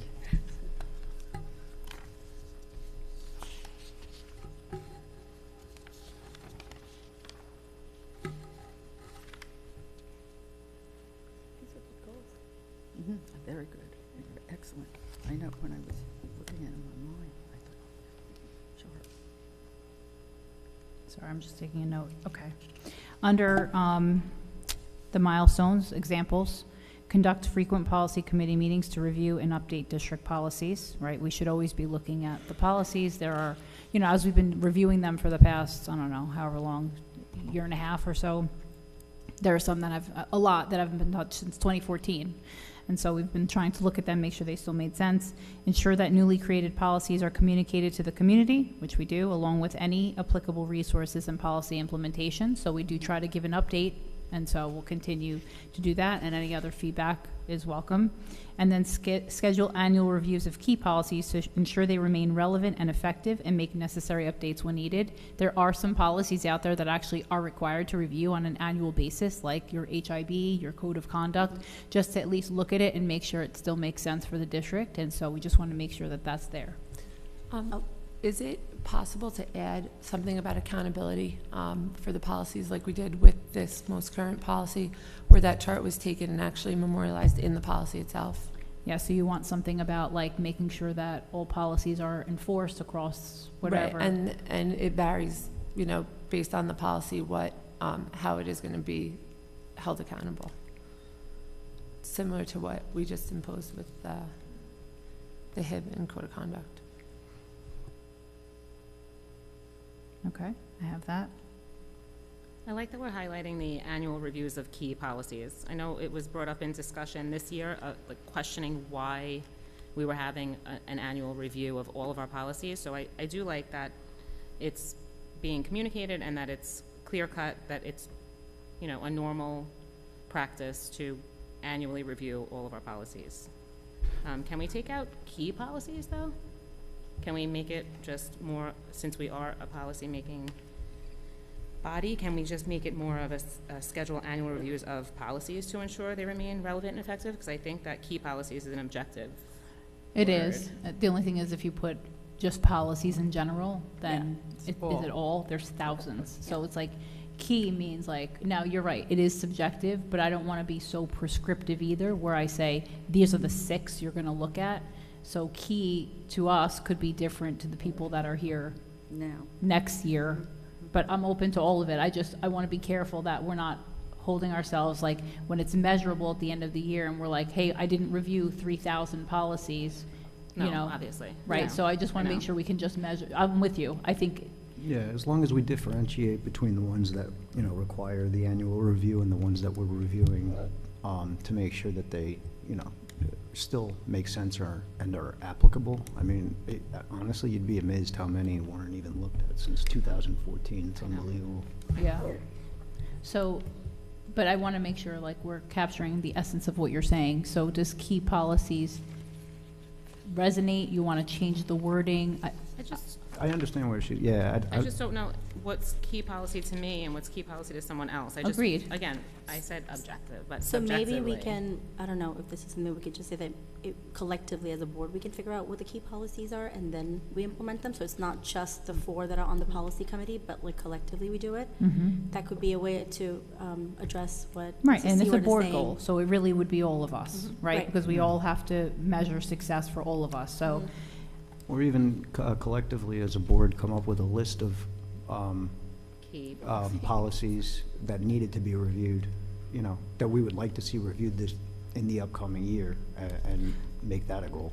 So maybe what we'll do is expand on number 3. We'll schedule the reviews, but prior to that statement, what we'll say is something like, Through board collaboration. right, like, you know. within, board will collaborate and decide what key policies means in this year.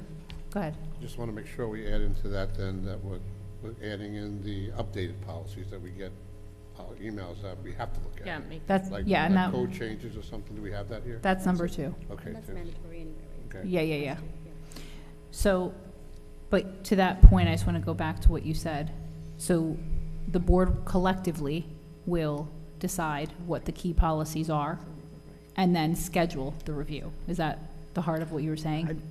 I mean, essentially. The board will identify, I yeah, like that just, word. You know, yeah, just a collective Turn your mic on. list of policies that they think needs attention, you know, Yeah. that Okay, the committee can discuss and then bring to the board.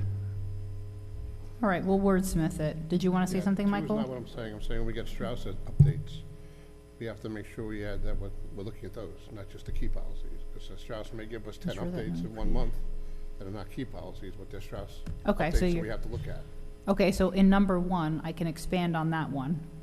Because it says to review and update district policies. You want to add something else there? I have to make sure that whatever board is here is looking at whether they use Strauss or NJBSA, whoever they use, that they're looking at those updates to keep current. Okay, So basically to maintain like to make sure that we remain in compliance and maintain a current Correct. list of any updates coming from the DOE, Correct. whether it's NJSBA Right, or and not Strauss. just the key ones that we think, the ones that Right. are Yeah, makes mandated sense. updates, or what you said, 100%. okay, I'm writing that too. So I know there was discussion around either, we use NJSBA or like Strauss Esme. Is that something that we're still looking at maybe potentially for next year? Is that something that we can add in here that we can explore? Yeah, we can explore it. I know I spoke to them a while back. There is a cost implication to changing providers, which is totally okay. We just would have to talk to Mr. Balone and Vinnie regarding the budget, so we could absolutely explore that without making that our board goal, right? Or Oh, you yeah. can, it's up to you. If you all want to add it, we could add it here. But yes, we should have that discussion if that's, so they can come present, they can present to the community. I did ask them if they would talk, and I'm talking about NJSBA, so for anybody who doesn't know, we use Strauss Esme as our policy provider today. They're one of the 2 that are the biggest ones. It's them or NJSBA, right, which is your New Jersey School Board Association. They provide policy updates as well. Some schools have them. Strauss Esme has a lot of schools also. And so to your point, they can come and present in public. I did ask if they would potentially do that at some point. And they can certainly do that if the board decides that's what we Yeah. want, then we can do that for sure. If I'm not mistaken, I think when we asked, I think we were cited that roughly 80% of the districts in the state use Strauss Esme. And if I'm not mistaken, the explanation on why we went with Strauss over NJSBA is the level of detail in the updates just wasn't their updates just weren't as detailed as what came from the NJSBA. So this is, again, just going based on conversations we had when the topic, Aditi, that you just brought up was discussed, because at the time, when it was brought up for discussion, in my eyes, I don't think, I don't know the cost off the top of my head. I believe Strauss is slightly more than NJSBA, but they weren't astronomical figures. And given, the importance of policy and that we are technically a policy-making entity, the board. My opinion on it was, why wouldn't we just subscribe to both so that we can compare the two and see what NJSBA has to say versus what Strauss has to say, and take, whichever one fits our district better, or, tailor one based off the two. Which is something that I think we can, still take a look at as a board, if it's something, if it's not too cost prohibitive, and I don't think it is, because do you remember the costs off the top of your head? Because I don't, but NJSBA, I didn't think was a NJSBA, I significant- think, I don't know the exact cost. I know it was a couple of $1,000s, nothing crazy to Right. transition, if we were to transition from Strauss to them. I don't know, like, what their annual fees are and so forth. I don't think it's anything astronomical, to your point. There's right. a cost, and so is Strauss Esme. Yeah. So could we get like something where, we kind of see the benefits and Yeah. for They'll, both? they'll present to us. I was So just going it- to suggest that. Yeah, if that's Yeah. what the board collectively agrees to, that you want NJSBA to come out here and present, then we can schedule that to come out. We could talk about the costs right before we hit the next budget season, but we can absolutely do that. I don't know if you want that to be in the goals. We could certainly talk through that, but if that's just something you're all interested in, then I can contact them and ask them to come to the September or October meeting, whichever one works best. And this, the 80% of the schools that are now part of Strauss Esme, has that number changed? Like, what is that from? Is that from this year, prior year? Oh, I don't know that. I believe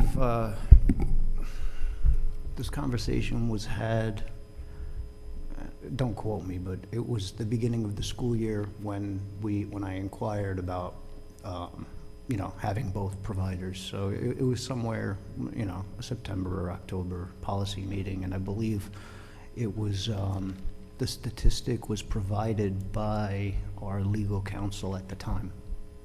It was. I think Zimmerman told us that most districts was like 80%. Yeah. So. But we did look into it, and I think we came to the conclusion that we could probably use both at a minimal cost. So, but anyway, the next step is probably to get NJSBA and just, let's see what they have to offer. Yeah, and I have that That's as a my good- takeaway. Yeah, but I don't think we have to put that in as a goal, though. Yeah, no, definitely Yeah. not a goal. Just as a discussion, and then Yeah. look into it. Objective, yeah. Yeah, but since we're talking about it, and I know we brought it up like a few months ago, I times, just yeah. want to make sure that we Yeah, can move forward I and can do ask that. them to come to the September or October meeting and present to us. That's great. And we can get a cost comparison, right, of what does Strauss Esme. Now, we should, to Aldo's point, understand the difference, right? Because I think, Michael, you were here when we went to Strauss. I think you were part of the board at the Strauss Esme piece, correct? We switched from NJSBA to Strauss Was Yeah. there, back in the day. Michael, if you don't mind me asking, was there like a reason behind the switch? Was it like because of, Just what you had said before, the board felt that Strauss was more comprehensive than at the time. This goes Right, back, right. Years. yeah, years ago? Yeah. Your first stint, your first first. tour? First, yeah. Cool. All right, thank you. Okay, so we have policy development, and then that was it. So I think that's 5 goals. Is there anything that anybody feels is missing, you don't like, you want to change? Go Yeah, ahead. Since these goals are for ourselves, is there anything that could be added, or do you see a place where professional development could fit? Because I feel like that is very useful and would be useful, in the committee meetings as well. Absolutely. So you're talking about professional development for board members, For board correct? members, yeah. Yeah. We could add that. I'll find a place for it. And I'll put something on there about, I need to understand a little bit more. What does that mean, that every board member has to take a certain amount of classes, or like how are we going to measure that? That's what I'd like So to I think understand. let's craft something, but let's talk through it for a moment. So for everybody else, board members are required to take what we call governance training when you first are elected, right? Year 1, it's 1, 2, 3, and then if you run for a second term, right, then you have 4, 5, and 6, and so it goes on. That's the required mandated training. We do, as board members, receive a variety of emails regarding other training opportunities that are available. Again, I want to be respectful. I understand it's not easy sometimes for people to make it. It is during the day, and I understand that work and schedules and families sometimes get in the way.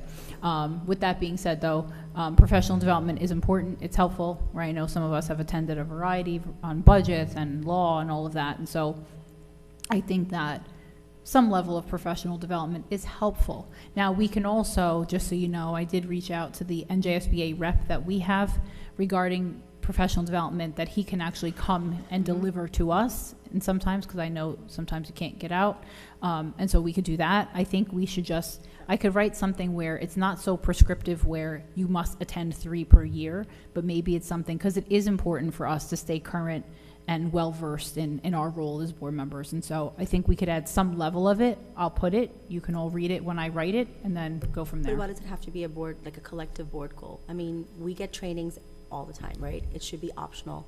So I just feel like that it's great. I mean, everybody can, as you mentioned, some people What trainings can't are you, for, I'm sorry, what trainings are you referring to?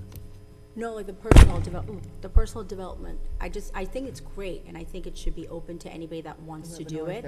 But I don't know if it needs to be an actual goal, part of the board goal. Yeah, I think that, and I know I was thinking about that as well, that one.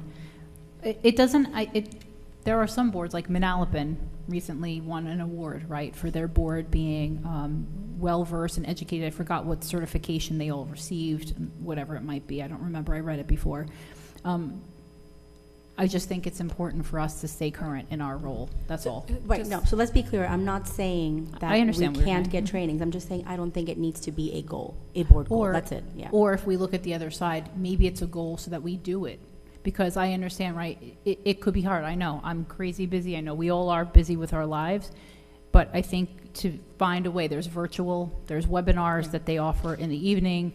I think just our commitment. Yeah, I'm just going to stop for 1 second, because I don't Go think ahead. I'm not saying that it's because we can't do it.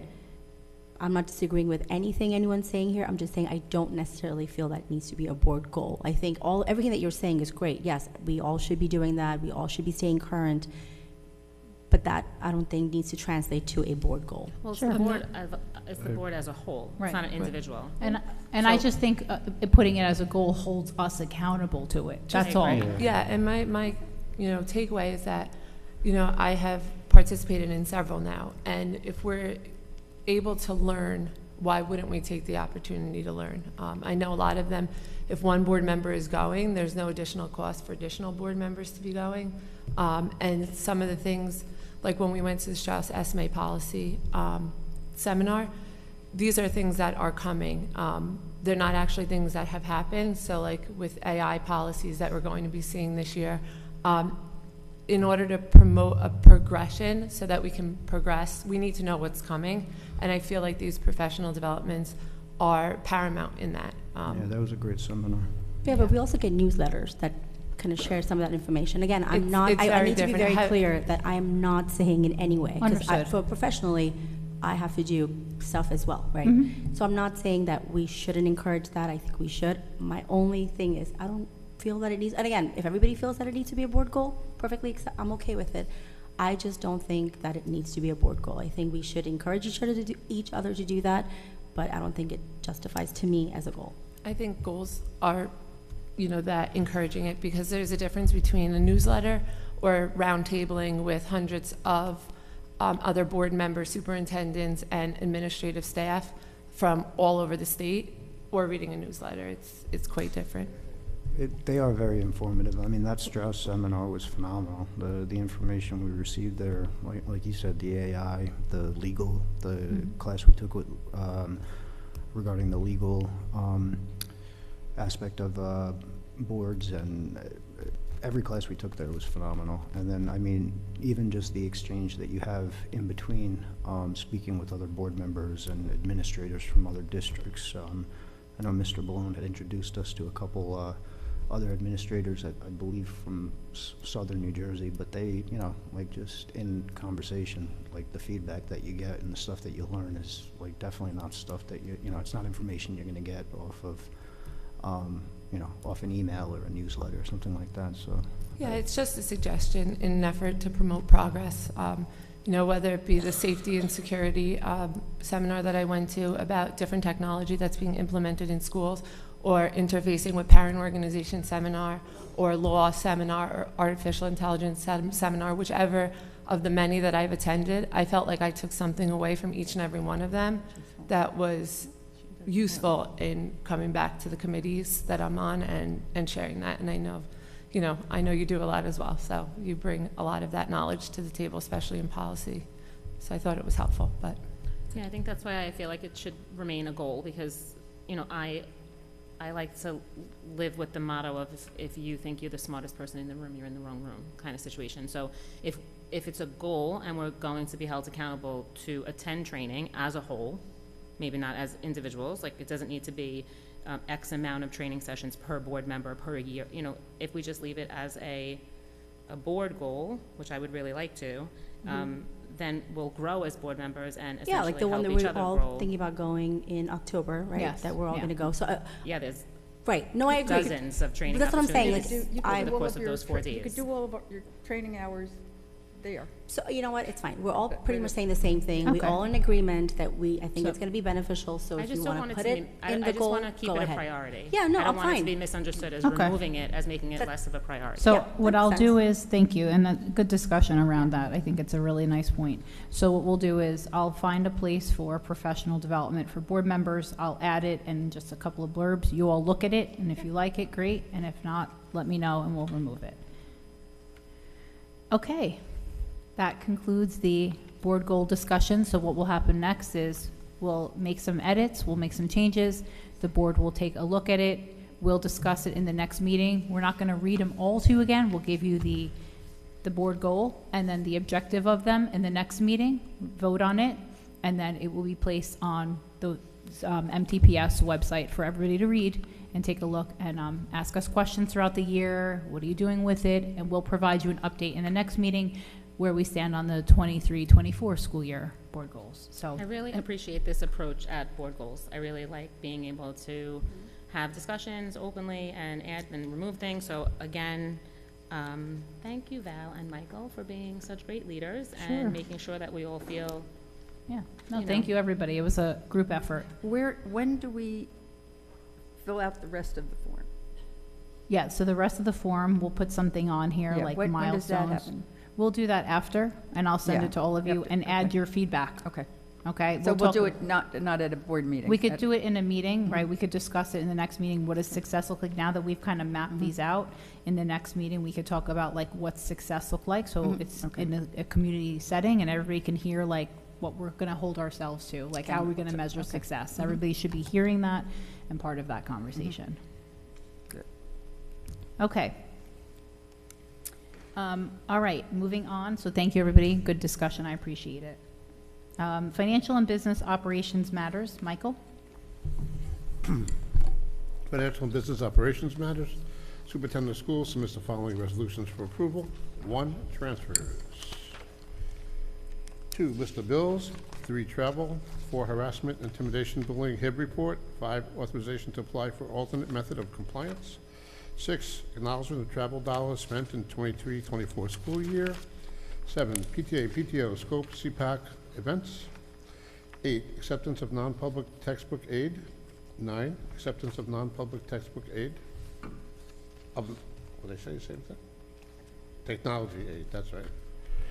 10, acceptance of non-public security aid. 11, acceptance of non-public nursing service aid. 12, acceptance of extraordinary aid funds. 13, tuition students for the 24-25 school year. 14, donation from student activity fund.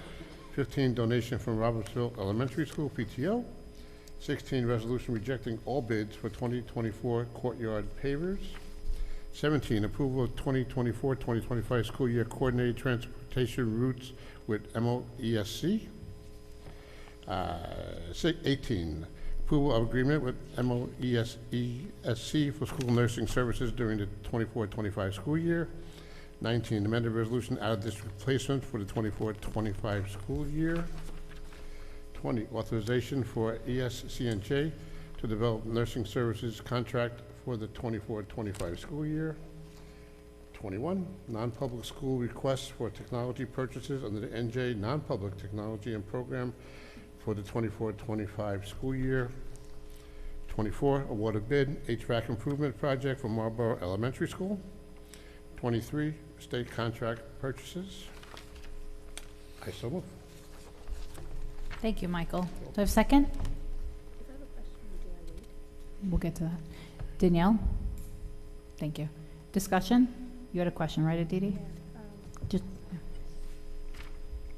So for number 17, sorry, just want to understand, we have our own school buses too, correct? So is there a reason why we're going with? Sure. Yeah, due to a lot of drivers being out for the start of the school year and not having enough in the pipeline to be hired, we're forced to at least contract a couple of routes out so we can meet the demands of all the buses that need to go out. Okay, great. And I'm sure this is already being done, but they're all background checked and everything, correct? Yes, The they do drivers? that for us, and then they supply us copies of all that. Okay, all right, thank you. So you're not getting your CDL license this year? This is not the Maybe. I thought about it. He's not getting a CDL license. on number 16, You might. You might. number 16, the resolution rejecting all bids for the courtyard pavers. I just wanted to, I had asked this question of you, Vinnie. Some schools, right, Memorial, I believe, was on there to get pavers, but I believe the cost was too much. Can we just talk about that one? Yeah, so originally this was packaged in the regular asphalt bid that we approved maybe April or May. Unfortunately, when you're accepting the alternates, this part of the bid was priced very high. So we actually noticed a bidder that did not win the bid because it has to be aggregately the lowest. So a bidder that did not win the bid, they bid the alternate very low for this project. So we felt instead of accepting it under the low bidder, because their alternate was higher for this, we decided to decline those alternates and pivot and go out to bid separately for this. Unfortunately, we received the bids, I think about 3 of them. One came in surprisingly low. It was about 80-something thousand, which was well within budget. The problem was they did not bid the job correctly. They forgot about the drainage issue, so they had to withdraw their bid. So the next lowest bid was, I believe, like 200 and something thousand, well off of the 80 that we thought we were going to have. So we're going to go and reject these, and then later on in the year, probably around the fall, winter, and speaking with the engineer, we're going to go out to bid again. So we're going to be trying to be the first one to really go out for it to be done during the spring, maybe during spring break, because this is something that was budgeted. It's still there. We just want the pricing to be right because it's right now coming in like almost double what we budgeted. So if the school was on the list, per se, to get pavers, it's still open, right? We're just waiting to go back out for bid. Yeah, and we'll so go out to forth. rebid and hopefully be the first ones on maybe some of these vendors' lists to get the work done. And sometimes you get favorable pricing that way. Thank you. And there's no Can we, hazard to the kids or anything, right? This is No, just the maintenance. courtyard's fine now. It's just Yeah. it was being It looked good. Yeah. revamped, renovated. Could we add that to the next building and grounds walkthrough to take a look at as well, just to get an idea of? Yeah. what the- Yeah, there's no safety hazards. The problem is, like most of areas in Marlboro, there's a drainage issue where sometimes Just if you get a puddling heavy water. precipitation, it'll puddle, and sometimes you pass through there in that courtyard to get to the other side. It's just something that's been on our radar to take care of. It's just, it's been, for some reason, pavers are a lot more money than asphalt, especially in that area, because you really can't get a crane or anything back there. Everything has to be manually delivered. Yeah, yeah, if we could just add it to the next building and grounds Yeah. walkthrough, that'd be great. Thank you. Thank Any other discussion? Yeah, can we just go back to the buses real quick, just so I'm just, I guess, playing devil's advocate a little bit here with the rates. I just want to make sure that our very appreciated and valued bus drivers are, being compensated in the same way as the temporary routes. It's almost like the emergency nursing situation. Those nurses came in and they did the same job as our hardworking, 15-hour shifters, and the pay was dramatically different. So I just want to make sure, I guess, you can tell me to mind my business, but I just want to know I would never do that. if those numbers, right, it looks roughly like $184,000, if that can be found for temporary bus routes, could the same be found for our bus employees? Well, if you recall, when we negotiated, we did give them an infusion of their guide each year, and we raised the hourly rate. So we did try to assist where we could. Okay. The problem is those are revolving costs, so sometimes, anticipating revolving costs and constantly have to budgeting for those, it can create a shortfall when you don't have it. Right. So this is hopefully just a one-time fix until we're able to get drivers. we've been pretty aggressive with trying to partner with the township and just try to advertise for postings for drivers. Really, it's having the buses is not the issue. It's finding the drivers who have the proper endorsements and have their CDL. It's very difficult to obtain, so I commend them for I even commend trying you. to I'm sit sure for you're that doing test. everything that could be done. It's And we just- value our bus drivers. Don't let this cost fool you, though. I'm sure the contracted rates are a little bit higher than what some school districts can afford, and that's why they stay in business and they're more competitive than we are. I'm sure. And I just want to add, you But there's a probably- service fee on top of this too, so that's why it Yeah. looks a little inflated. And also for our employees, they get health benefits and all of that, correct? for Most bus of our drivers? employees do. Our drivers just get Yeah. a certain money towards benefits. So Well, I'm saying that sort of is like the offsetting of the cost, like when you're, because obviously the ones that we're hiring through here, we're not paying for. yeah, the district tries to assist whenever we can with the health benefits. With all our drivers get a certain amount of money, a pot of money towards what benefits they're selecting. Yeah, no, I'm talking about the ones that we're just using temporarily. They don't get that from us, correct? I'm sure it's factored into the price with Oh, whoever okay. they're contracted Oh, with. Yeah. Thank you. Thank you so much for answering that. Any other discussion? Okay, roll call. Mrs. Gandhi? Yes. Mr. Hyatt? Yes. Mr. Petruno? Yes. Mrs. Seward? Yes. Mrs. Belomo? Abstain from 7, yes to everything else. Mr. Olansky? Yes.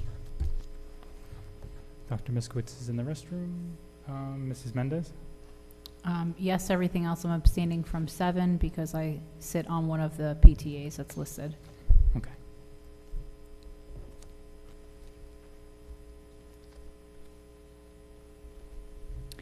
Okay, curriculum matters, Aditi?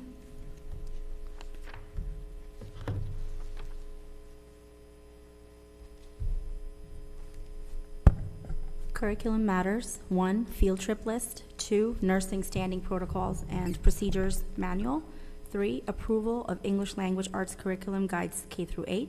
4, approval of mathematics curriculum guides.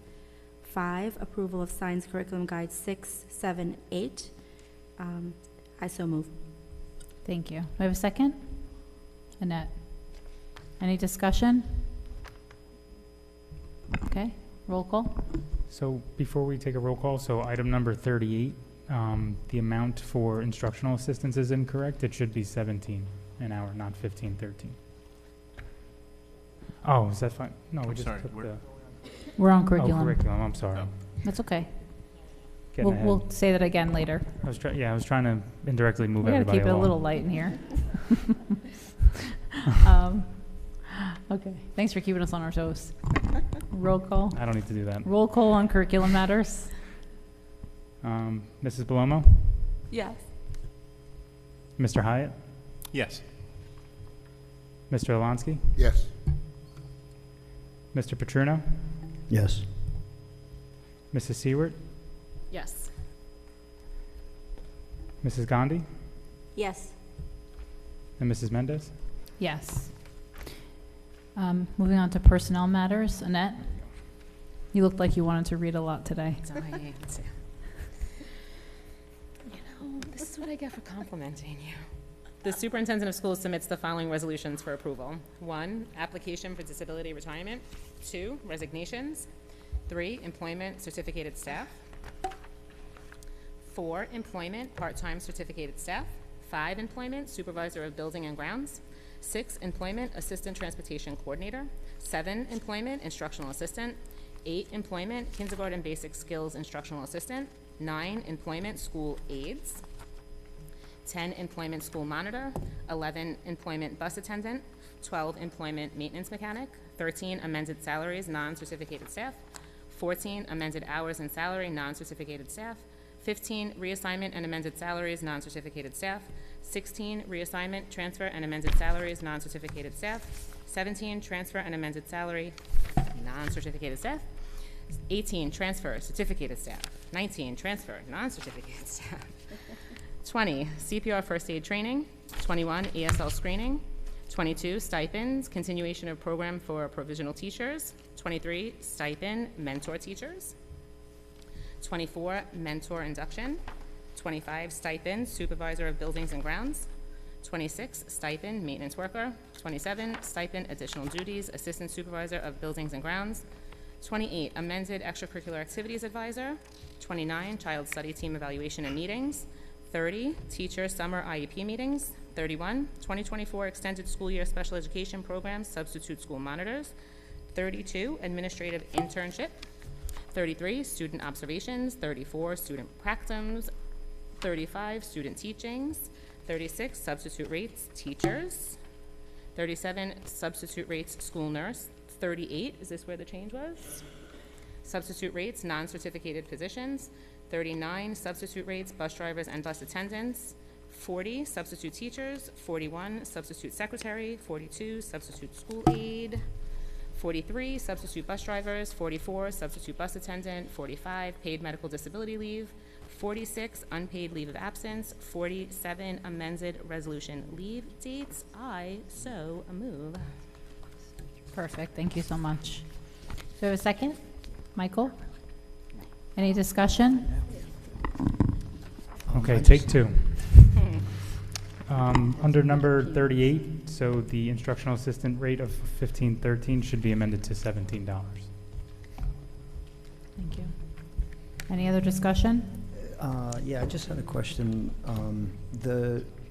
So number 25, the stipend, is this because it's a new hire of a supervisor? Is that something that, like, how, So in their MTOAA contract, which they fall under, there's a stipend amount in there that if they That- yeah, I they remember have their that. black seal, Okay. they get that.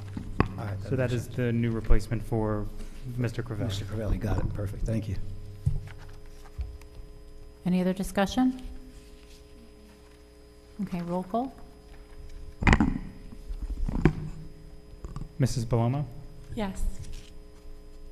Mrs. Gandhi, Yes. Mr. Hyatt, Yes. Dr. Miskowitz, Yes. Mr. Petruno, Yes. Mr. Olansky, Yes. Mrs. Seward, Yes. and Mrs. Mendez. Yes. Policy Development Matters, Aldo?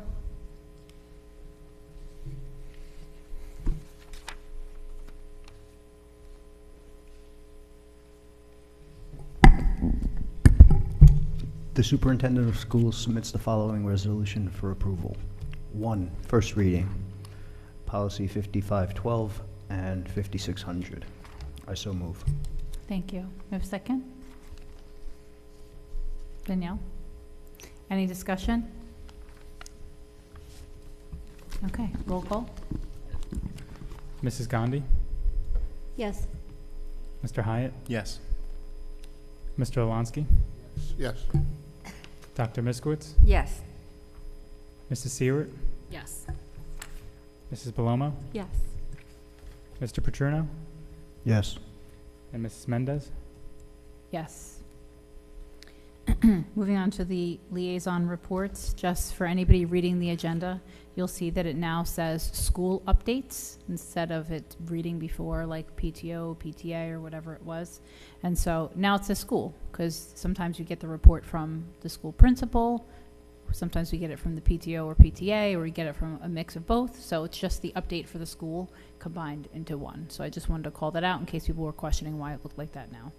And so with that being said, we will move to Freehold Regional. You may not have an update, by the way, because school hasn't started yet, which is totally okay. But if you do, that's great. So Freehold Regional, Chad? I do. I got to reach my phone, so I apologize for that. I'll give an update from Michael, our rep there. So the board voted to increase school taxes by 8.7%, which I'm sure everybody's heard about by now. Michael, our Marlboro rep to the Freehold Regional High School, he voted no, just so everybody knows. They approved that. I think everyone knows this is in relation to S2. They need the funding. They had to go and increase taxes, and this is what they did. So he outlines that the board approved the massive tax hike because the state went from giving $5.15 million back to the Freehold Regional District in 2019 to $30.5 million this year. So that's a difference. You can do the math. 51.5 million to 30.5 million. That's a significant decrease. Since 2019, they have cut 119 positions in the district. Marlboro tax rate will go from 0.486 per $100 assessed value to 0.514. Even with the tax increase, they're still 19.3 million below adequacy. Sorry, I know it's a lot of bad news, but this is an update because we've been talking about this for some time. They spend about $14,512 per student. The average New Jersey high school spends about $20,000 per student. The average New Jersey K-12 district with 35 plus students spends about $17,500. So as you can see, they're spending $14,500. The average is spending $20,000. I say all this because I think it's important for people to know what's going on with the high school, what's going on with S2 as it relates to Freehold Regional High School District and the measures that they have to take into place. Some other updates. One of the Howe reps resigned. They have 65 days, as with any board, to fill that vacancy. So I imagine they're interviewing candidates in the next couple meetings. So, you know, anybody who lives in Howe who wants to serve on the Freehold Regional District Board, there you go. 2,559 students graduated in June. 21 students did not receive a diploma, but they're pretty hopeful they'll graduate after some summer school classes in August, so that's good.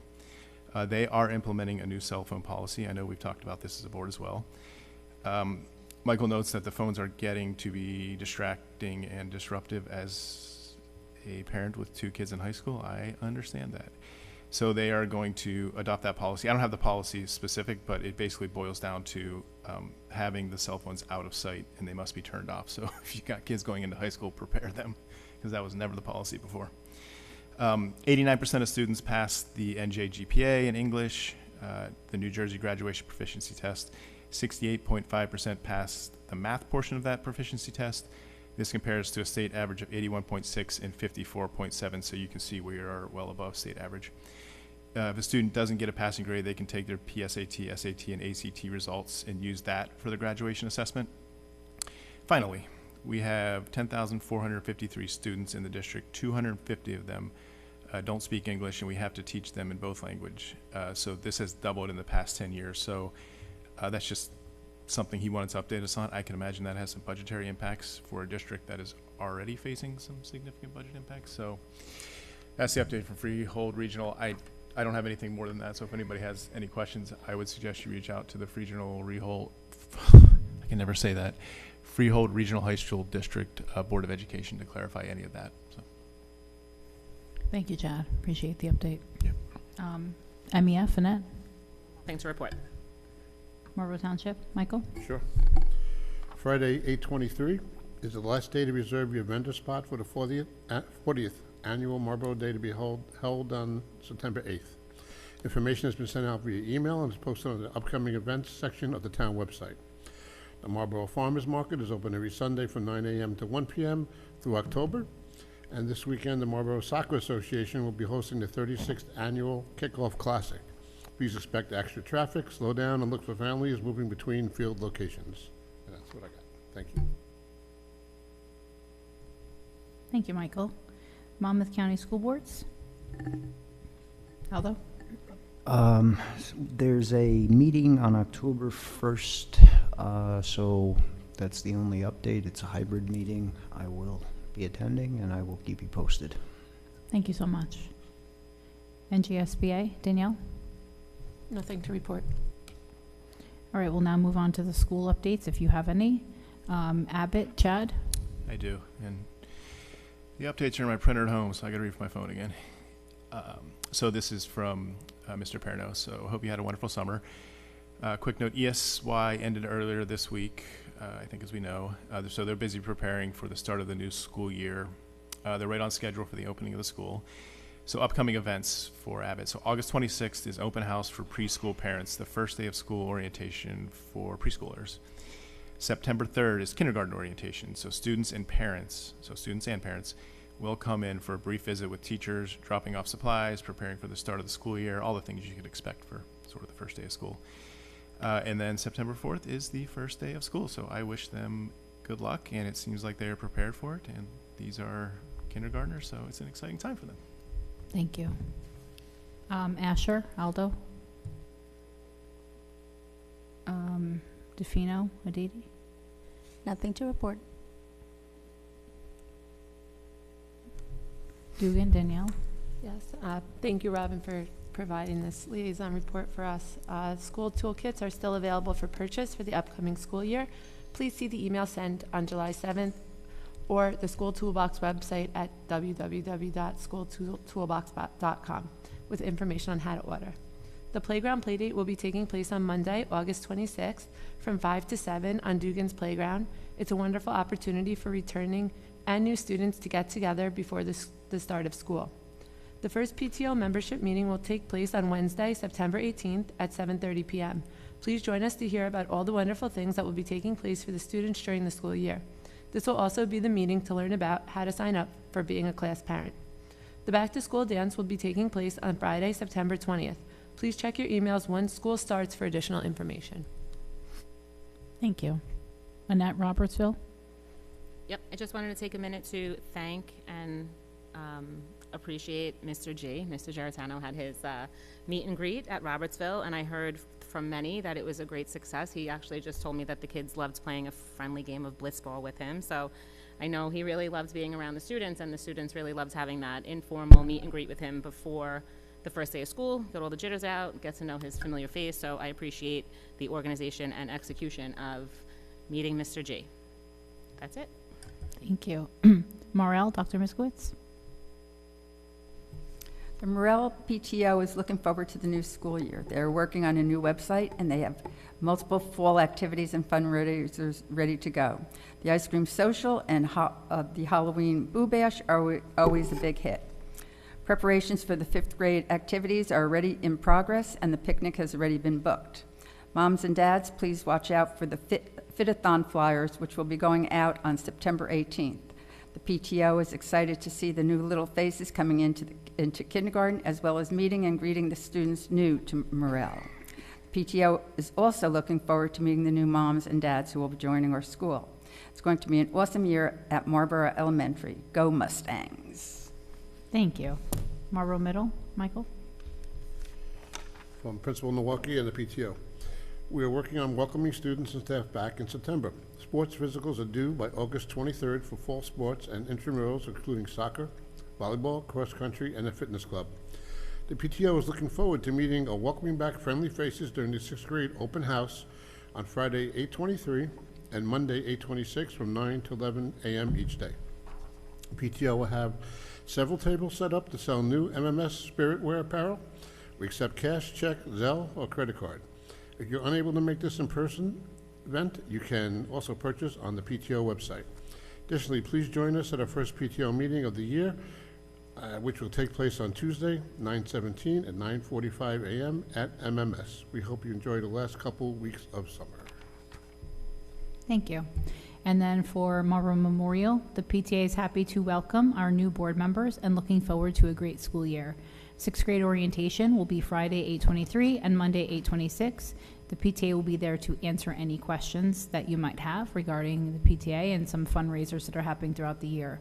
They'll also be collecting donations for the back-to-school breakfast for the staff. So if you want to donate, you can go on PT board. The PTA last year donated mats here for the gym, and so those are going to be delivered on 8/21. They're going to start their sales. They've already started. Birthday grams, car magnets, and there will be donations also for Stock the Fridge. So looking forward to a great year at Marlboro Memorial. Scope, Aditi? No updates. Dr. Miskowitz, CPAG? CPAG will have a booth at Marlboro Day. Come and meet them. Thank you, and thanks everybody for the updates. Moving on to old business. Anybody have Danielle? Last month, I had brought up discussing an advocacy committee. I was happy to see our board goals, it kind of encompasses this. So I would like to make a motion to memorialize that. A Board of Education Advocacy Committee is a committee that is formed to help advance initiatives within a school district. The responsibilities could include identifying areas of need, providing recommendations for addressing challenges, building relationships by engaging with community members and stakeholders to gain support for educational initiatives of the Board of Education, and offering feedback on district policies and initiatives. The purpose of the committee is to ensure that decisions are inclusive of all and rooted in the values, needs, and best interests of the school district, to ensure that MTPS K-8 students and families are receiving the best education and experience possible. This committee will consist of 3 board members, 3 community stakeholders, 3 parents of the MTPS students. The recommendation of the committee will be addressed as a committee of the whole in the regularly scheduled board meeting. I so move. I have a second. Aldo, discussion? Do we have to limit it to 3, 3, and 3? Just because I think that 3 board members, I get that. We can't have a, what do you call it, a quorum. But 3 parents and 3 community members, it's kind of limited.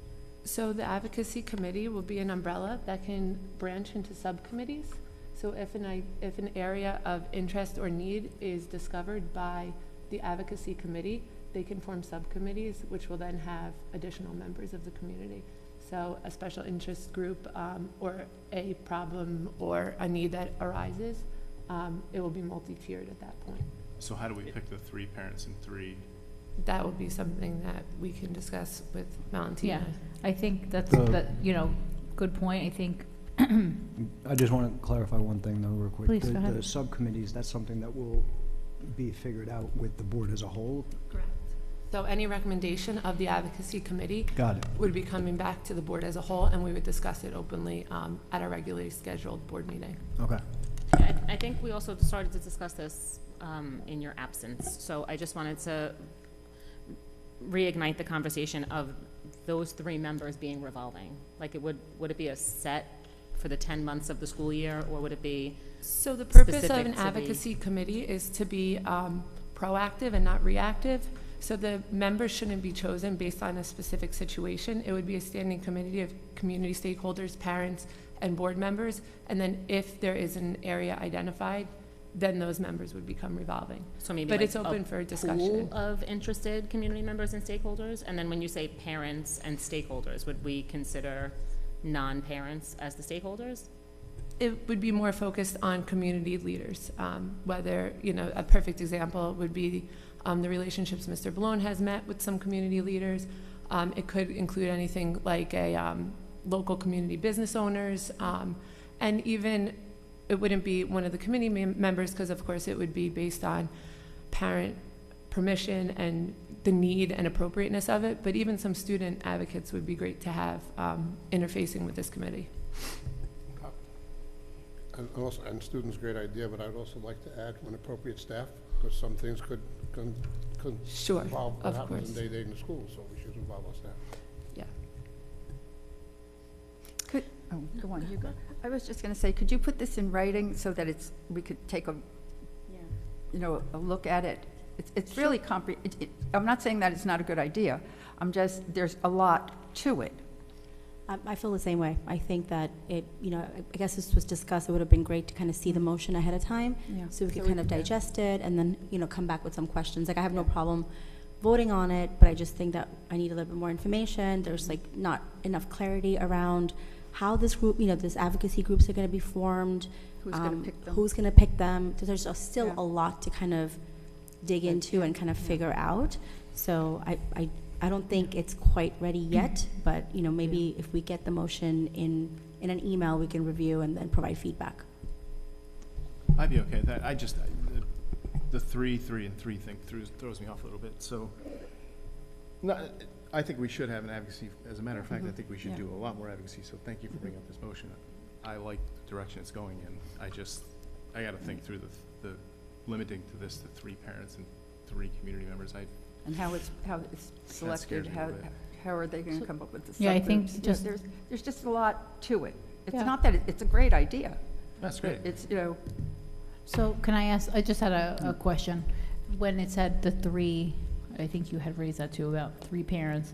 It could be 3, or it could be, subcommittees could be more, right? So I think just for my own clarity, it could be a pool of people, right?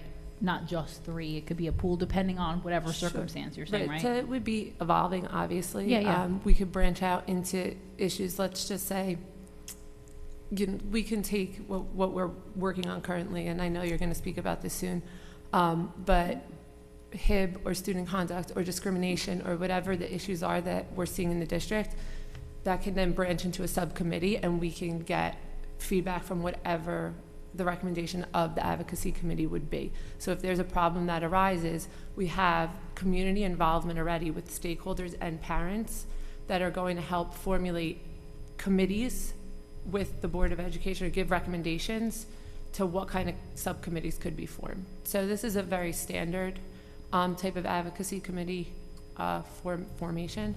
But it would really just be that an advocacy committee would work hand in hand with the 3 board members on the committee to address a problem, identify the areas of need, and then subcommittee it out to address specific issues.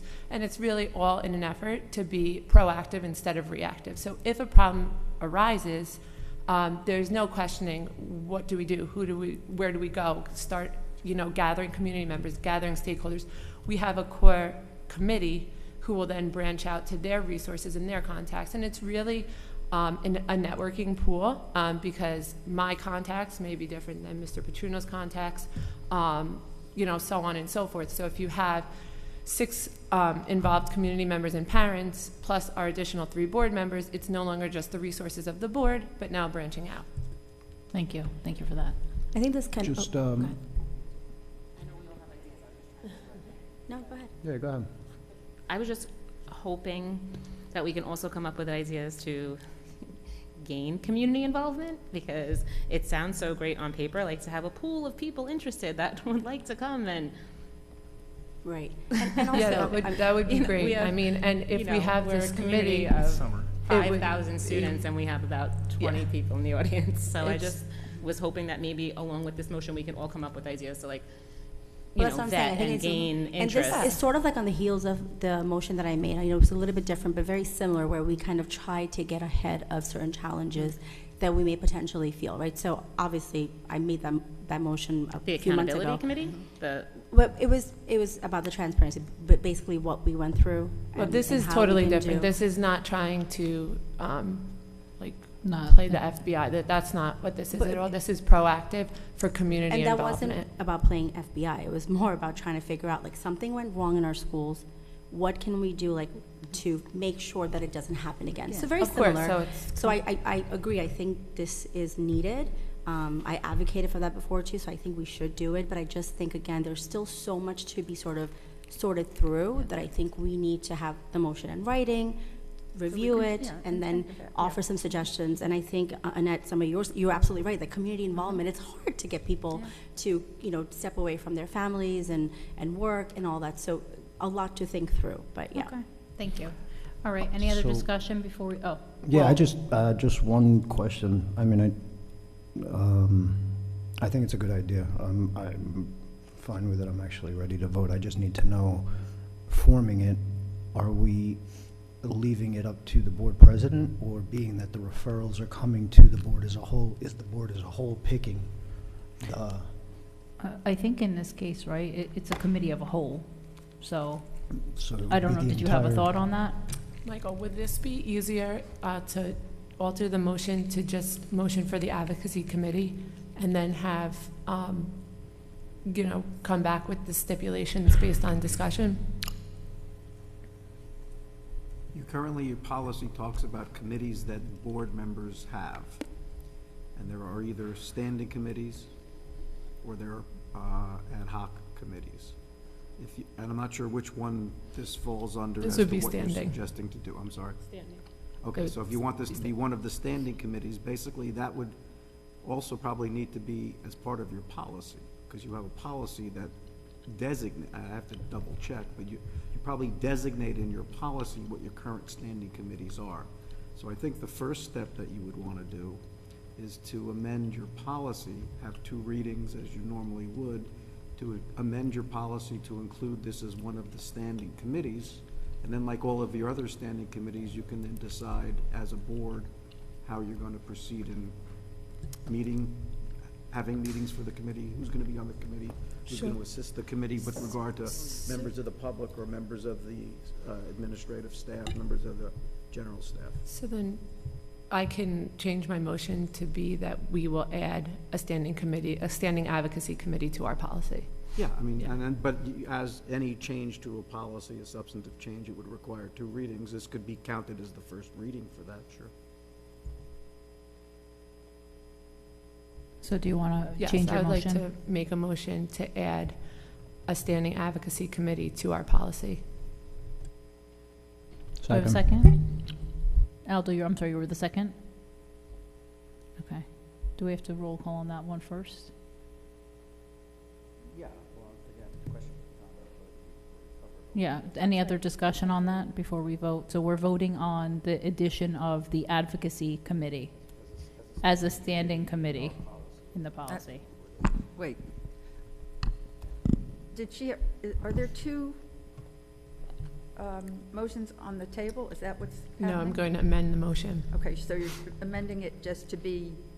She's amended, Putting it into the policy. so she amended it now to add the advocacy committee to the policy, Okay. which we will then put out. Now, There Mr. might Gross be- had yeah. stated this could be the first read, right? The first one, because we're having discussion. It will be amended, sent to everybody to look at, like I did with the other ones, and then the next meeting in September could be second read. So right now, what you're voting yes or no on is the addition of the advocacy committee as a board committee, and then all the stipulations that fall after would happen later. Right now, it's just to add this committee. So in other words, we're giving Yeah. you direction to Yeah. update the policy that we'll vote on. Yeah. Correct. So right now, if you all vote yes, this could be your first read, per se, because we've had the open Well, we discussion. can't make the first, we haven't seen Yeah, the we, policy. right. We No, can't no, Didn't you make say- it we're first just read. adding the advocacy committee into the policy, not the that's fine. actual formation of the committee. Yeah, There's right an- now- I just want to be clear, The this is policy not the first itself- reading, this is just a You had discussion. mentioned It first would- read and it second would read. count Can you as the clarify first that? Wait, read to just let, just add, go ahead. Can you Go just ahead. clarify, Michael, what your statement, Sure, please? whenever there's a substantive change or a new policy that the board adopts, there is a requirement to have 2 readings for those policies. So this certainly could, as part of the motion, count as the first reading, and then at your next meeting in September, you could have it as a second reading. The policy number that you have is 0155, board committees, and it sets forth all the standing committees that the Board of Education has. Basically, what you're doing is just amending Adding the it. current policy of 0155 as part of buildings and grounds, communications, curriculum, policy, safety and security, special education, to add another one called Exactly. advocacy committee. So Sorry, that, no, I just have some follow-up questions. So can you tell us again, sorry, how many people will be on this committee? And, that's off.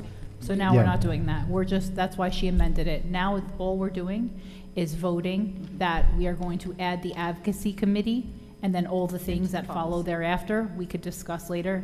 She revised her motion. Those pieces of like the 3 and so forth have been removed. Now we're Okay. just voting to add the advocacy committee. That's all. and And then, so just a clarification, I'm not trying to extend this conversation, but okay. I've never been on a board where we've added a policy, or a committee to a policy. So let me play this out. So we add the advocacy committee to the policy, we vote on that policy, it becomes policy that we have this advocacy committee.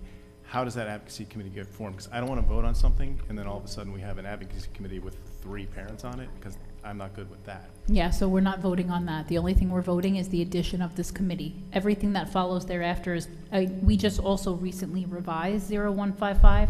We added descriptions of the committees under there. There's also the rules and stipulations on how committees are formed, how they're selected. And if you remember in the beginning, right, you all submitted who was interested in joining what committee, and then you submitted it over, and then we kind of did that.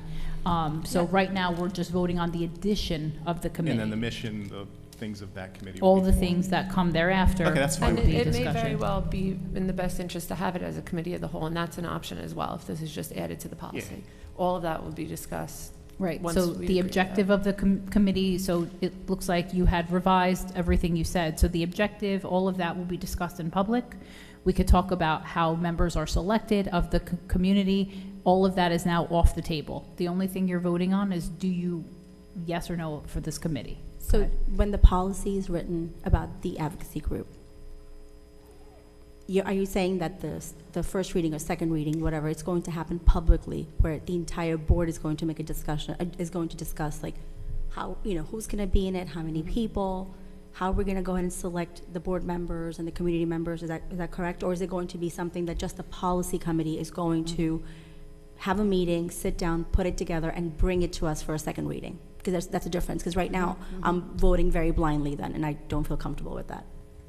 Again, the way the motion has been amended, and the way I'm interpreting that is that we're adding another standing committee. The only thing that the current policy, 155, has with regard to standing committees is it states what the committee is. It states what the mission of that committee is. And for purposes of everybody understanding, if we simply amend the policy, that just deals with how the board is going to have a committee, and the board members on that committee, as with all other standing committees, the board members are selected by the president. That's what the policy currently says. So that if you're just going to add this as another standing committee, the only thing that's going to be decided as to who's on the committee, pursuant to the current policy language, if you just add this one as well, would be that the board president selects the members of the committee. And as all of your policies, all of your committees say and have, you can't have more than 4. That doesn't mean you have to have 4, it just means you can't have more. And just to clarify on that statement, back to, I think, something you're asking, the board president in the policy that was there, I did not make it that, it just says that. The policy that was there states that the board president selects the board members. Now, right, only the board, you're correct, absolutely. I just want to drive that point home. Because this involves community members, staff at times, maybe students, that would be, in my eyes, something that the board would discuss. I wouldn't select the members myself. I don't want to do that. I want us to all to do it, so I don't want that to be misconstrued that I'm selecting those people, because I'm not. So then, Mr. Gross, this policy, this advocacy group, if it's added to the policy, it only, like you said, it only pertains to the 4 board members. Do we need to do a separate policy to involve the community? Well, what you would do is not necessarily a policy. You might provide a regulation. You might do some other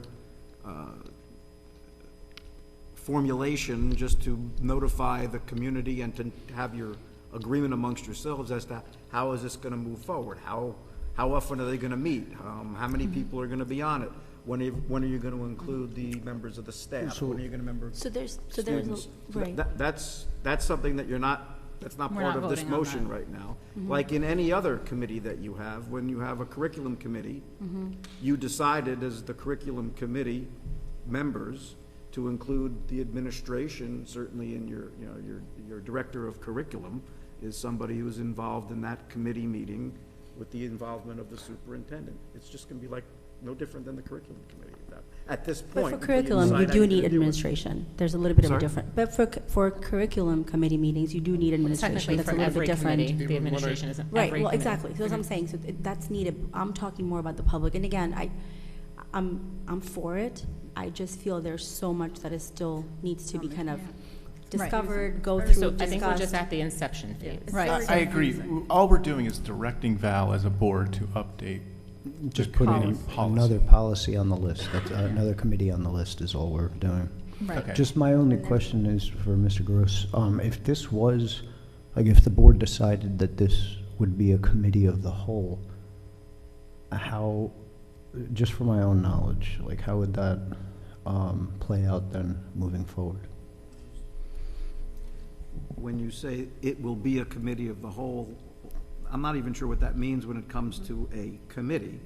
A standing committee that you have, you meet in a committee, you don't meet as a committee of the whole. Committee of the whole means all 9 Right, members. yeah. So again, I'm not sure the terminology that was used prior to this about what a committee of the whole even means when we're talking about a standing committee, because now we changed it to a standing committee, and all standing committees are no more than 4 board members, and then we run from there as to how you want that to work. So I'm not sure what that means, standing committee. Maybe you'd have to clarify it for me to better understand. This is going to be a committee like all of our other committees, like Well, personnel. that's the thing, because I think at one point it was said that all the board members could be a part of this advocacy group and be involved. Unless I misunderstood, but I think at one point it was said that the entire board could be in the selection process of the community members and be a part of this advocacy group. Yes. And that's what I'm saying. So Yeah, let me No, try to clarify. that could be an option, and how it's been done, how I've seen it done in other districts is that committee meeting would be had in public, so it would be added to the agenda as committee, like the advocacy committee would now become a line item on our agenda for that meeting to happen, however often we so choose that meeting to happen. It would have to be always public because It would it's always be public. all of Yes. us. Right. Okay, so I think for the sake of discussion, I'm okay with Val adding that to the policy. Let's bring the policy forward. Okay, so thank you. So just to be clear then, you want it to be, maybe it's not, I just want to be clear, a standing committee or a committee of a whole? Well, a standing committee is just a committee that will remain. Yeah. It's not an ad hoc committee. Yep. And okay. then the actual formulation of the committee, what is making up the committee, could be a committee of the whole or 4 because of quorum. It can't be Gotcha. anything in between. We can't So- just put 6 Yeah. members because then we'll have a quorum. Correct. And it will become a public meeting. Okay. So regardless of whether we have to decide as a board if we wanted to have just 3 members plus the president, or if we would like everyone to have the opportunity to be present, which it would be added to the agenda as a line item. Now I understand what you're saying. Understood. Thank you. Appreciate it, thank you. And just like committee appointment in the past, I'm sure you would offer an interest form to all board members for anyone who would be. Right, I think, absolutely, but right now, I think, yes, but to this point, though, I think that all we're voting on is yes or no to add it, and then the board will discuss in public what it looks like. So to Michael Yeah. Gross's point, when he said regulation, the regulation is different than the policy. Regulations really outline all the parameters. So if you look at like policy 5600 has a regulation tied to it that goes into greater detail. I'm just giving an example. So regulations are not typically voted on. I do put them out here now for you to look at. So the regulation to that point could outline all of that, right? What would that look like? So sorry, and I'm going to have to say this because when I was making my motion, I know that the regulation piece is where pretty much everybody on this board was stuck on, right? That we didn't know how it was going to happen, who was going to be a part of it.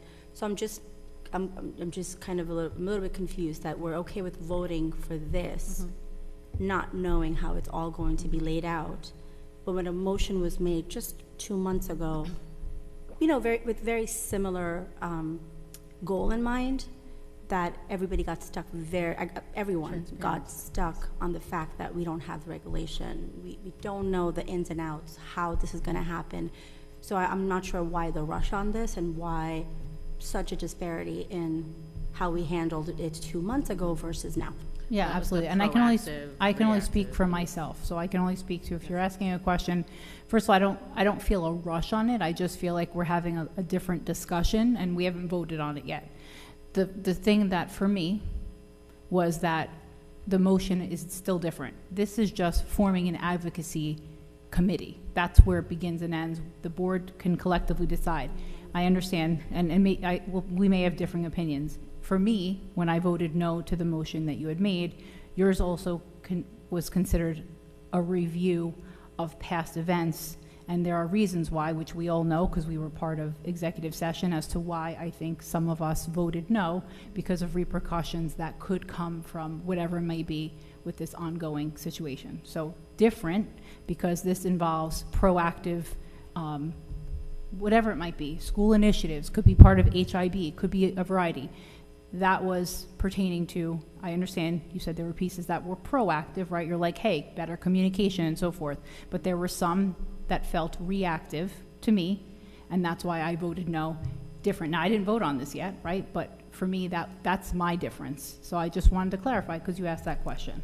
This is, I just want to lay it out simply, is a very positive type of committee. It's actually to branch out and include more of our community and less just the opinions of, you know, the board members. Maybe there's community members that can't give the time to run for a board seat, but they have specialized interest in certain areas and are able to provide expertise, and they would want to step forward. To Annette's point, community involvement is key. It's key to success. We've seen it in different avenues with our children's education.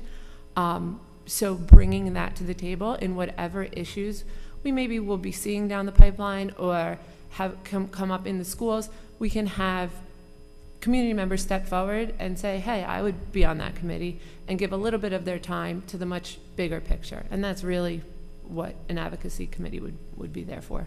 It's one of our board goals. I think everyone here agrees with community engagement. I think, again, update the policy.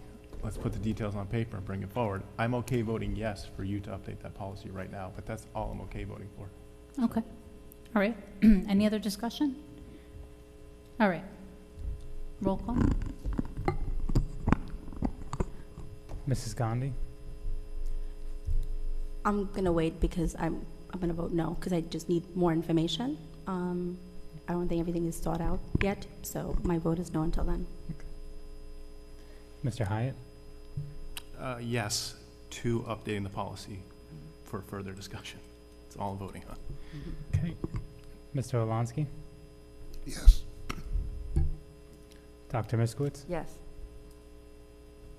Mrs. Seward? Yes. Mr. Petruno? Yes. Mrs. Palomo? Yes. And Mrs. Mendez? Yes. Okay, motion passes 7-1. Thank you. Good discussion. Okay, some other, go ahead. From, Mr. Blown had a technology committee that, before, to work on the tech plan, correct? And then that stopped, am I correct? So where is that? He still Is has to this- write a tech. Is this technol- old, so you're This is bringing old, up old yeah. business? Yeah. Yeah, so I was actually going to, Oh, I you think I did? emailed you all, make a motion to add a technology Oh, okay, committee, and then okay. we can expand upon your question, Okay, okay? that's good. So I'd like to make a motion to, and this is old business, right? Because we've discussed it mhm. before. I emailed you Yep. all that somebody could raise it, didn't have to be me, but we'll just bring it up. So I'd like to motion to add a technology committee to the policy and make a committee comprised of board members. And then we can map out the objective, but there's a variety of technology initiatives that Mr. Balone and the team are working on, plus just keeping technology current, right? And I know some other districts have a technology committee, and I know you've all had discussions. So I'd like to make a motion to add a technology committee to our list of committees. Standing committees, thank you. So same drill. You're going to update the policy. Same thing as before. I can vote no against that policy if I feel like. You can vote no. You can always vote no. All right, thank you. Michael Wolonski, second. Any discussions regarding the technology committee addition? Yeah, I have a question, sorry. Go So ahead. for that as well, is it just gonna be four board members, and are we going to bring in community involvement in that too? I'll comment for you. So on safety and security, it lists 4 board members. But in the past, when needed, the committee brought in the mayor, the committee brought in the chief of police, the committee brought in security experts, the committee brought in Tom and the security, the other Tom, the new security supervisor. So all committees should do that. It shouldn't be a blank thing, this is what you do. When you need the mayor, you call the mayor, I need you to come to the committee because it involves you. You know, if you need chief of police, you call the chief. So I think any committee we have should be open to, as needed, whoever we need to come to the committee, and the committee discusses that during their meetings and brings it to the board and exec, So- right? So If then, it's an executive then people, topic. well, then who's going to pick those people? Well, The what's happening- So administration? we're going to get to, you're Well- asking about the stakeholder involvement in mhm. the greater three-year district plan, which Yes, Mr. Balone can correct. update. Correct. On this discussion, it's just about the technology committee as a standing committee for the board, and then we'll get into the discussion that you're asking Yeah, because I Mr. think Balone. he needs clarification of that. I think you he know. had, I think we had a discussion, we could talk through what that looked like, absolutely, but let's just vote first on the Yes, technology committee, yeah. and then we'll go into that discussion. Yep. Absolutely. Did you want to add something? Yeah, this is not playing favorites by any stretch. It's just an idea. There's not a great amount of responsibility with the communications committee. Can this be something that we group together as technology and communications so that we don't get like committee happy? Because there's a tremendous amount of responsibility with being a board member, and adding all of these levels of committees is just making me feel a certain way about, you know, the regular meetings and the communications and the discussions, and I'm not saying that I won't do it, I'll gladly do it, but there's not a tremendous amount of involvement with the communications committee. So is anyone opposed to growing the communications committee into communications and technology, or do you think that we should have just two totally separate I think, committees? I think they're separate. Yeah. At least the way I'm viewing this, so communications committee, you're right, Annette, I agree with everything you just said. We need to evolve that, but that really hits a couple of board goals in here with community engagement that we need to kind of focus on. Technology is to make sure that we as a board, it's my understanding correctly, is we are forward-thinking in the technologies we need to either adapt as a district or teach. So it's, to me, it's a much different mission. Yeah, I'm not looking at the literal term of communication. You know, like when you're studying communications, it's not a matter of just Facebook posts and coffee chats. I'm just wondering if technology and communications could mean, you know, a broader coverage. But If I we- agree. I understand what you're saying. I'm just, And I could see the communications committee possibly becoming community outreach with advocacy, like that could be a nice, yeah, I think it needs a Mount. revamp anyway, because. is that something that we could, can you dissolve a committee if you put another committee in, Michael? yeah, you Yeah, can always so maybe revise that the would be- title, the 'cause objective. with networking in the community, Yeah. I could see that as a nice little segue into communications as well. Right. I And, agree. and maybe it aligns with the board goal of community engagement, and maybe that's kind Yeah. of the, The committee. The And committee, communication and- is as good as absolutely. it's, Yeah, look, Ironically, under your policy, what's that?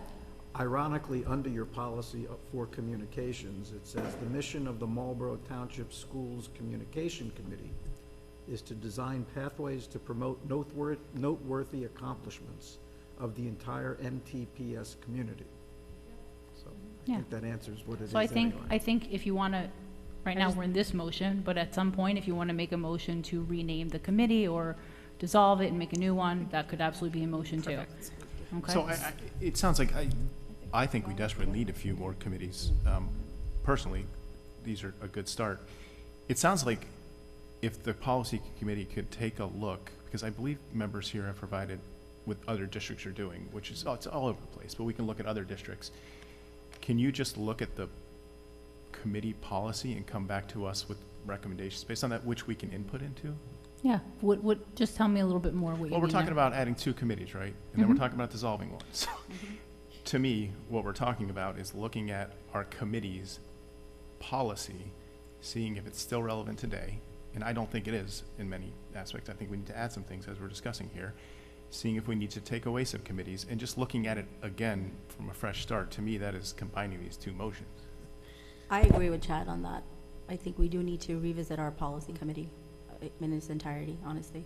The policy. No, no, I'm sorry, not the policy, the I was The like, policy on different committees. committees, yeah. Sorry, that's what I meant. you want to look at the, Which gets to what Danielle wants to do, which Yeah. I agree with, Yeah. is let's figure out how we form which gets to you, what you want to do, which is how can we be more forward-looking with technology, which forces us to revisit the communications. It forces us to revisit the policy committee. It forces Absolutely. us to revisit buildings and grounds. Maybe buildings and grounds should be a committee of the whole, given how often, things change with Sure. buildings. So what we have right now, just to be clear, 0155 is board committees. Yeah. We can absolutely look at it again. It was revised in May Let's do that. of this year.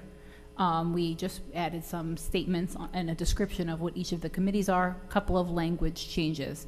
In this case, though, we could absolutely look at them, as always. In this case, though, so the technology piece is what we're voting on right now. Did you want to say I think something? it's important we at least get the technology piece going, because we want. I'm good. Yeah. Yeah, to move I ahead with that agree. school Yeah, year, and we then we gotta could look, get hit. I agree with looking at everything else as well. but I When, think we when need to- we, At the same time. right, when we had first got, come back from our seminar and the policy meeting, we had brought up a technology committee, and I think it's so valuable, because if we are not ahead of the trends, we're going to be behind the trends. And there's a lot of stuff, as we saw, there's new policy coming down the pipeline right now that are being created. So a technology committee would be really, in my opinion, important for reviewing those new policies and just seeing how we're going to implement them in our district. Absolutely. And just a side note, but going to Annette's point, and Chad and Danielle with the communications and the other advocacy committee, when we have this roundtable discussion about how to form the advocacy committee, we can, at that point, as part of that, just merge the two and create, as that discussion transpires among the entire board. Less is more. Sure. So any other discussion on technology committee, or can we move to vote? I'm ready to vote. Okay. Roll call, please. Mrs. Paloma? Yes. Mrs. Gandhi? Yes. Mr. Hyatt? Yes. Dr. Miskowitz? Yes. Mr. Petruno? Yes. Mrs. Seward? Yes. Mr. Alonsky? Yes. And Mrs. Mendez? Yes. Okay, motion passes 8-0. Okay. Any other old business? I just want to mention this, because I don't want to lose sight of this, but the polling places we talked about, I know. The polling locations? Yeah. Yeah, I know so- we can't do that, and we have to work with the clerk, is my understanding. So I don't know if we need to form a subcommittee to get on that, but Yeah. I'm more than happy to volunteer to figure that out, because. Yeah, so, great segue, Chad, because I know I had emailed you all, Yeah. yesterday, I I looked can't at it remember, before some this, so late it's night top of email, I mind. don't remember when it was. But it was, Michael Gross had, so I know you all discussed it in July, I know we discussed it before, just to catch everybody up, about removing the schools here in our district as polling locations. So right now, our schools are closed during elections, right, to keep our kids safe and so forth. And the conversation was, we're not comfortable with it being here at all. So in the last meeting, Michael Gross had a representative here from his firm, Gabrielle, and she gave some information that I then shared with the board members. So they did try that. I sent a letter that you all may have read from Keensburg, right? I think you all kind of gave some feedback on that, but there's the next step. So for the 24 school year, so obviously elections are in November, the district can't just shut the doors because the decisions were already made, is at least what was in the email, to keep our sites in 2024. It does not mean that we can't remove it in 2025, though, and so there are some steps to follow. And so the first thing is to email the municipal clerk and the county of elections, which I did email you all and say I would like to do that on our behalf, to say, I think everybody agreed that we would like to start that ball rolling to remove it from our schools in 2025. I think that was the conversation everybody had when I watched the board meeting. I know I wasn't here. So I think that's the first step in that path. And I Yeah. think, So go ahead. just Go ahead, Aldo. to kind of add to that, though, it sounds, and correct me if I'm wrong, Valentina, Mr. Gross, but from what I understand, it sounds like what the county clerk is essentially saying is they don't think that they wouldn't consider moving the polling locations unless it was proven to be a disruption to the operations of the school. So in that case, I understand that 24 is already set, the election's however, 2 months away. For 25 though, in 2024, November election day, kids are not in school. But in 2025, if kids were in school on election day, that would essentially provide a conflict for us that then they would need to consider moving the locations. Is that a fair analysis of?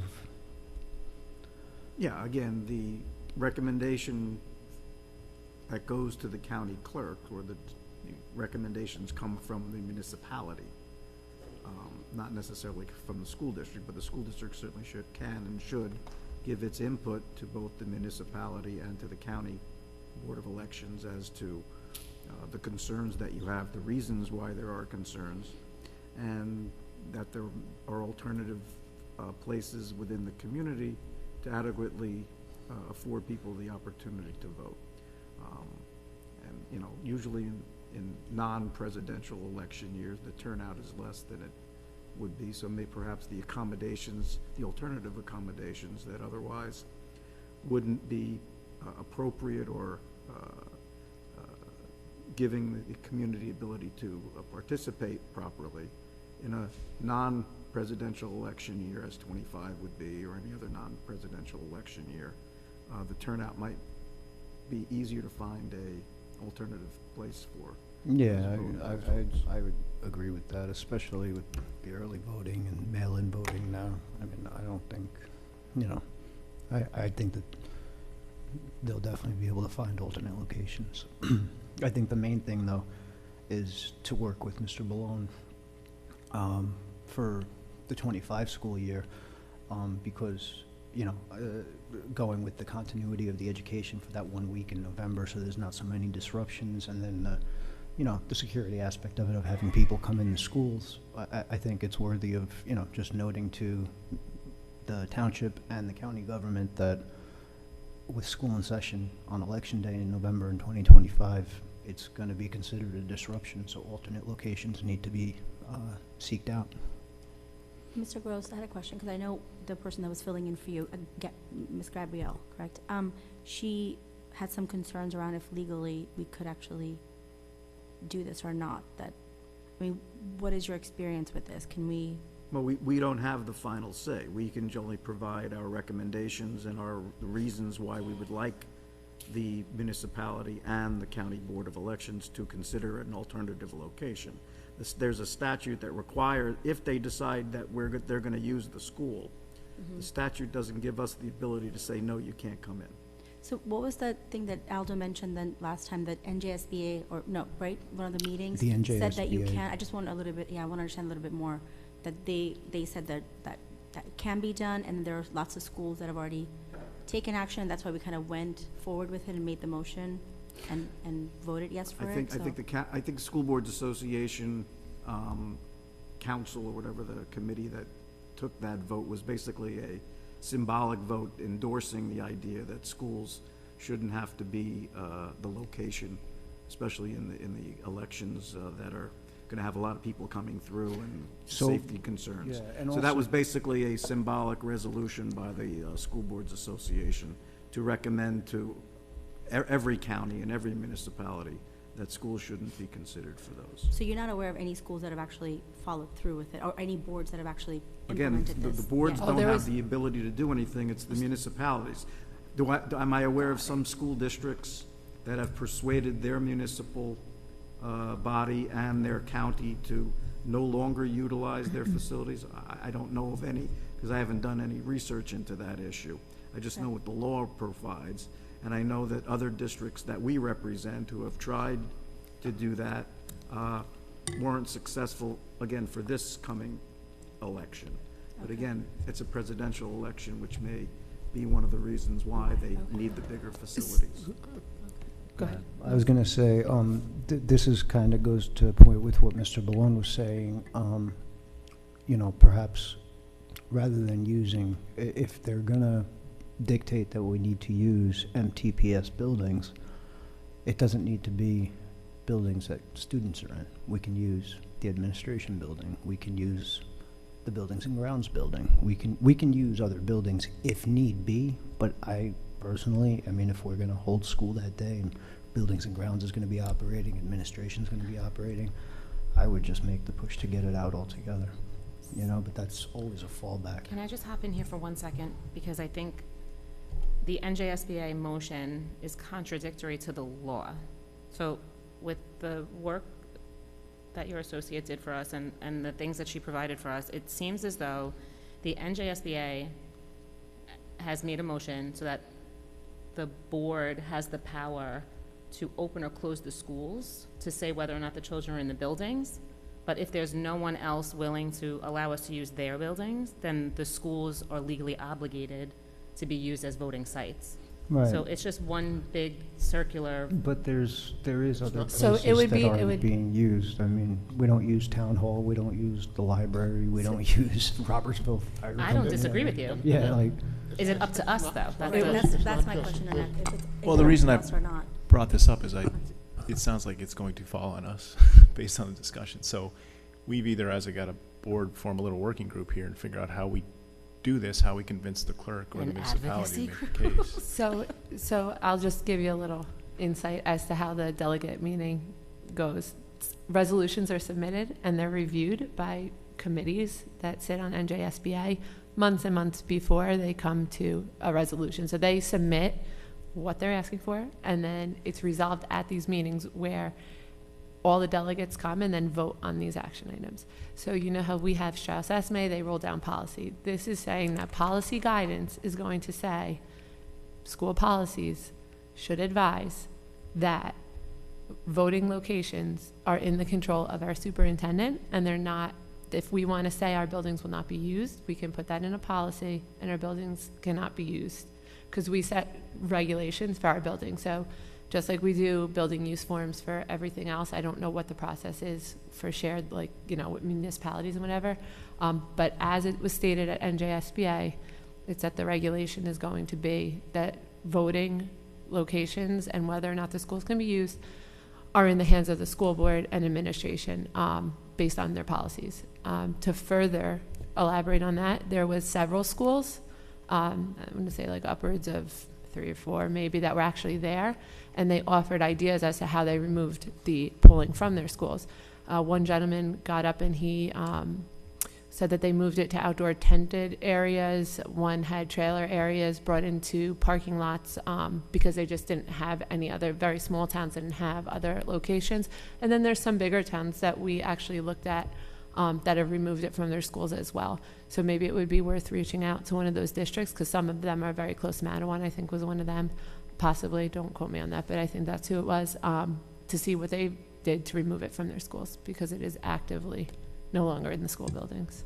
And that, what I was going to say was, even if you found a place that would hold the elections, still has to be okayed by a municipality. Right now, the law, I don't know what the law might change to, but right now, the law is municipality and the Department of Elections, in Freehold, has to okay it. The county level and the municipality has to okay it. So the first step would be your letters, and also with a committee to go out and find if there are other places that would even hold the elections, because we could do the work if we want to do the work, and propose that to the county and municipality. They still could reject it. That's what I'm getting at. It's Right. like, it's just a little discouraging, because we could do all of this work, and then every location we go to could say, we're not doing it.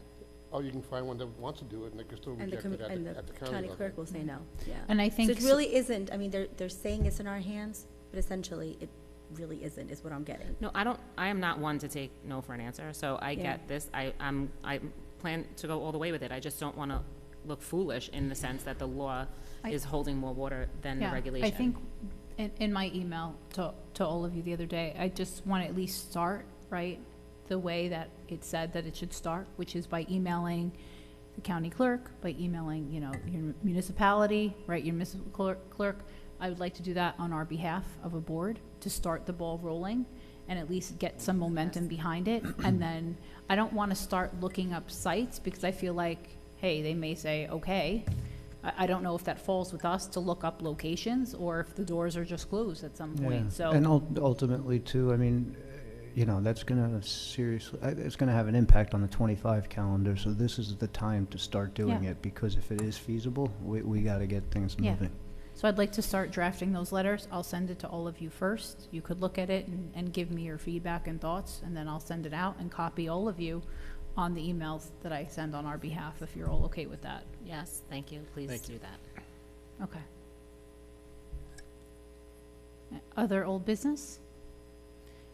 Just one thing now that we're in old business, but it's, I just wanted to give an update on the things, right? We said that we were going to talk about what we've been working on over the summer, how the board has come together.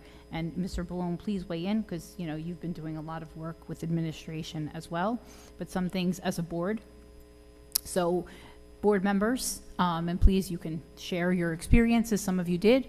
We attended, this is about the bias-related acts of hate crimes and so forth that we experienced last year. So we attended training sessions with Marlboro Jewish Center. I know that board members attended. I attended. We all had some fantastic training with that group, and that was really informative. And I know I discussed some policy additions there that we'd have. But there are also a variety of other things that we want to implement in this case. The first thing is that I did meet with Dara Winston today again from Marlboro Jewish Center. And I said, what would you like me to update the community on, at least on your behalf, since we spent a lot of time with her as a board? She did want to share with the community that she feels that this board and the administration should be used as a model for other boards. So she felt that we were really proactive. She said that we were really communicative with them, and she said she was hoping that other boards would kind of get on board with implementing change and changing policies and learning and growing from it. And so she wanted to share that she feels that our board is doing a really good job and being proactive and taking initiative. And so thank you all so much for taking the time and out of your days and going. I think it was super informative for all of us. So, and the scheduling changes when we were emailing and messaging back and forth, that, you know, coordinating 9 schedules with theirs. So that was really nice. Some other things that we would like to, we're not going to vote on any of it today, just some things that are coming down the pike. Mr. Balone will talk about the Week of Respect, which is actually part of like the HIB actually regulation and statute, is actually something that all schools have to implement. And Mr. Balone and team, and we've discussed how we would like to turn that into the Year of Respect. And so, Mr. Balone, I'll turn it over to you for some highlights there. Sure. I'll be working, I think I mentioned it before, I'll be working with Mrs. Tardio, who she heads up the entire district in terms of the Week of Respect activities. I've already mentioned to her that the board will most likely be centered, or at least one of their goals will be centered around this concept. So it sounds like you, at least on our first iteration of it, it sounds like you are there. So I'll be working with her to make sure that this is sustainable, not only for the first week in October, but for the entire year.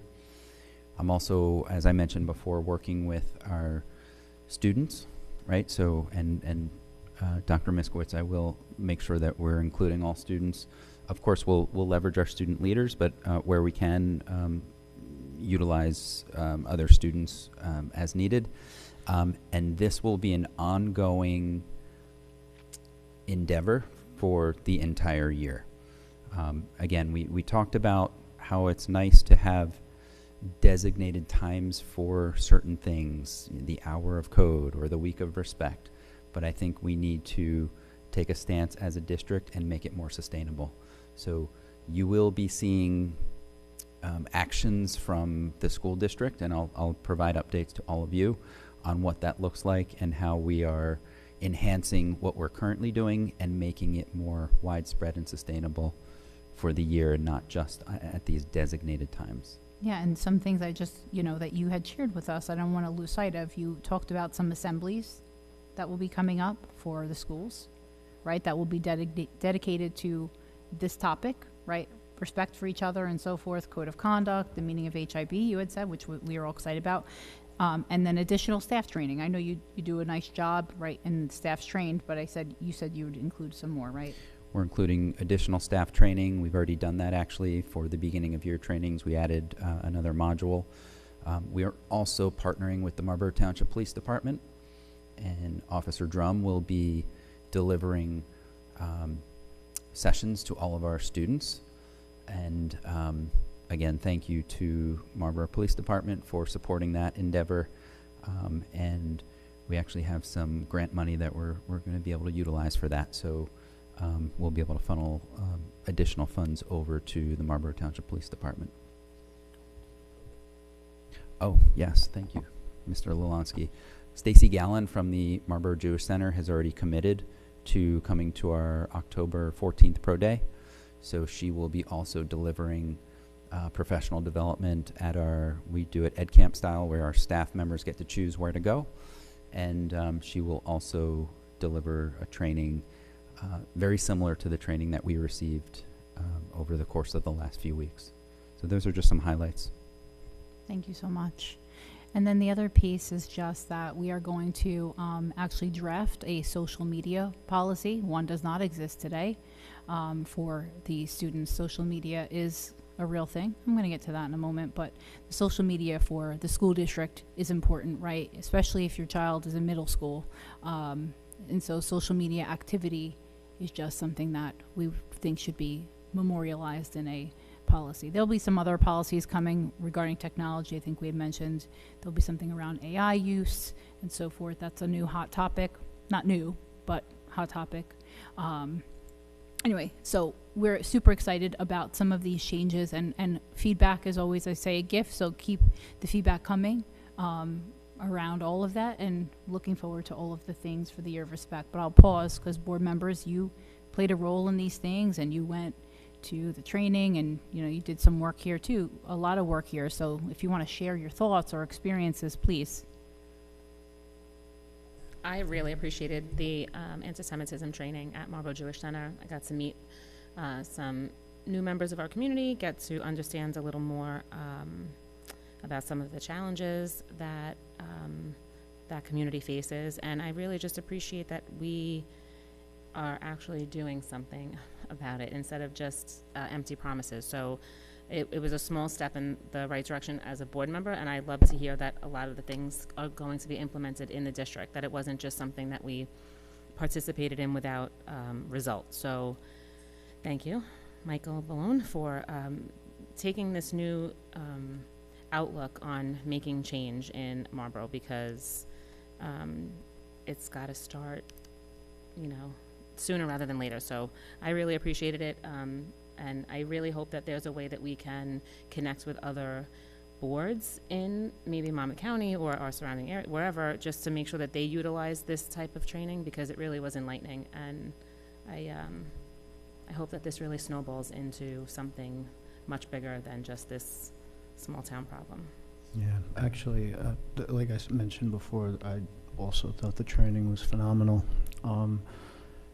I did make a recommendation while we were there that, being that we're one of 5 school districts that funnel into the Freehold Regional High School District, if, in order to really hopefully see an impact fighting this at the high school level, we're only 1/5 of the kids going to the high school. So I had made a recommendation that, maybe being that they wanted to branch out with it anyway, it may be a good idea to reach out to the other districts, Howell, Manalapan, Freehold Borough, Freehold Township, just to get all 5 towns that go to Freehold Regional up to date, with the same training, and they can, take the same steps as Mr. Ballone, and, hopefully it'll make an impact at the high school level when the kids are there. Absolutely. I'm not sure if they were slated to do that. Go ahead. Yeah, I just wanted, I think Annette said it pretty much perfectly and hit all the points. But from going to the very first meeting with you and seeing it conceptualized to seeing the follow through with the training and putting the pieces together to get us from the first meeting to the training, and then taking the output from the training and rolling it into policy. Again, just to echo Annette's sentiment, Valentina and Mr. Ballone, thank you so much for guiding the way and setting up all of those individual meetings. And like you had said, juggling everybody's schedule, getting us all there, and really putting together something that has real results. We appreciate it. Absolutely. And thank you all. It was a group effort, so I know we all played a role, so Just want thank to say you. the same thing. Very proud of us, all of us. We said, we put a goal that during the summer, we were going to take action and be ready for school start. And I really think that we all collectively did the best that we could to put ourselves in a good position come September, the best that we could be at this time. So kudos to everybody here for attending, and Mike and Morgan came as well to the initial meeting. It was a great thing. Yeah, absolutely. Okay, any other old business? Yeah, I have some, I guess it's old business. I don't really know if it's old or new. Perhaps it would have been new business, but we received some emails today, and I don't know if everyone got a chance to see them, but I just, I think, especially while we were discussing board goals, and, they're focused on certain aspects of, our conduct as board members. I just want to ask the board members to keep in mind that, when we are on social media, there's a specific conduct that needs to be followed. There is board policy guiding it, and, I know it's election season, but I don't want that to, give people, I just don't want to you know, we need to lead by example, and I, unfortunately, based on the messages the emails that I had read prior to the meeting, I didn't get any emails. What emails are we talking about? yeah, I saw one, I think one came in while we were here. There were Yeah. some emails that came from, I saw one so far. I think there was a second one yeah, that I came saw through. it as I was walking. Yeah, around, so I just want to. regarding, I guess, feeling attacked by board members on social media, so I have to look more into it. But that was the spirit of the email, is that some families felt attacked by board members online, I guess, during the election season, and so. Did that go to the board or individual members? I'm not looking at it right now. I don't know who the recipients were. I just know I saw it. I'd like to see it because I don't have it. Sure. Thanks. It will be shared with the board, obviously. Whoever wasn't on, I don't know yet. So what I would say is, I guess to your point, Aldo, there is a policy out there about board decorum. Obviously, as board members, we have to use our disclaimer. Disclaimer doesn't mean that we can just say whatever we want. Board decorum also talks about how we treat other board members, with a level of respect, and being mindful of social media. We're going to have a social media policy, obviously, for the district. And so I think the emails, I'd have to read them in more thorough. I saw it when I walked in the door here. But it really, I mean, that's, I think, what we have to keep in mind, is board decorum. We are held to a higher standard. So do we get people talking about us all the time? And that sometimes comes with being an elected official, and I understand that. Sometimes, you know, it's not always great feedback we get about ourselves, but I think it referring to each other, I think we should just maintain a level of professionalism. Maintaining your disclaimer, right? You're speaking about yourself. Yourself as a citizen, you do not lose your freedom of speech. It's just keeping a level of professionalism as a board member, because again, we are trying to solve for hate, bias-related acts, making sure we treat each other with the year of respect, and then it doesn't feel that way sometimes. So we could all disagree on things, but we just have to be mindful of how we treat each other. I Yeah, think. please share the emails. I will. I'd be interested what they say. Yes, I'll Thank look at it. As soon as we go end the meeting, I'll look at it and forward it to everybody. Okay. New business, anything? All right. Moving now to public comments. Anybody signed up? No. Would anybody like to speak? Ms. Borenstein?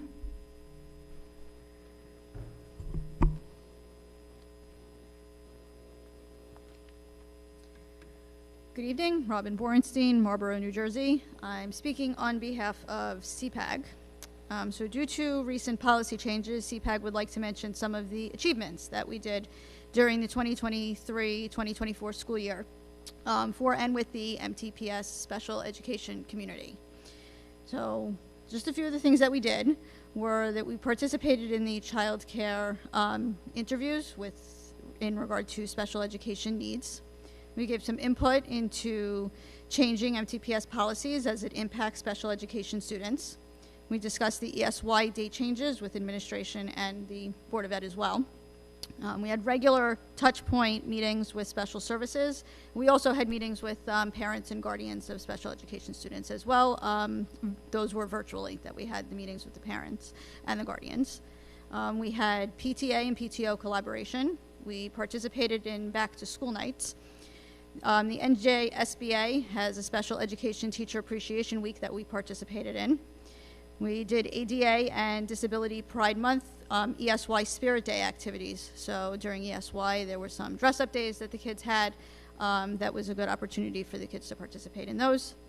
And we worked with special services on a school supply list for special education classes, because I'm not sure if people are aware, but the special education classes don't necessarily have the same supply list as the general education students, and sometimes those lists are not made available ahead of the school year. So, and we also did participate in Marlboro Day last year, and as mentioned previously, we will be at Marlboro Day again this year. And we do look forward to working with the special education community for the 2024-2025 school year. Thank you. Thanks so much, Ms. Bornstein. That was so nice to get the update. Please continue to tell us all of your success stories and things that are happening along the way. Thank you for sharing that. Any other public comments? Anybody want to speak? Okay. Motion to close public comments. Do I have a second? Anyone? Okay. Aditi? Any discussion? All right. Public comments are closed. Executive session resolution. Be it resolved in accordance with the provisions of the Open Public Meetings Act, the Marlboro Township Board of Ed shall conduct a closed executive session pursuant to the exceptions prescribed by NJSA 10-4-12 for the purpose of discussing matters of attorney-client privilege and safety and security. It is anticipated the length of this time of executive will be 60 minutes and that action will not be taken in public after the executive session. Be it further resolved that the minutes of the executive session will be released when the need for confidentiality in accordance with NJSA 10-4-12 no longer applies. Discussion? All in favor? Any opposed? Okay. Moving to executive. Thank you. Have a good night, everybody. Thank you for staying with us.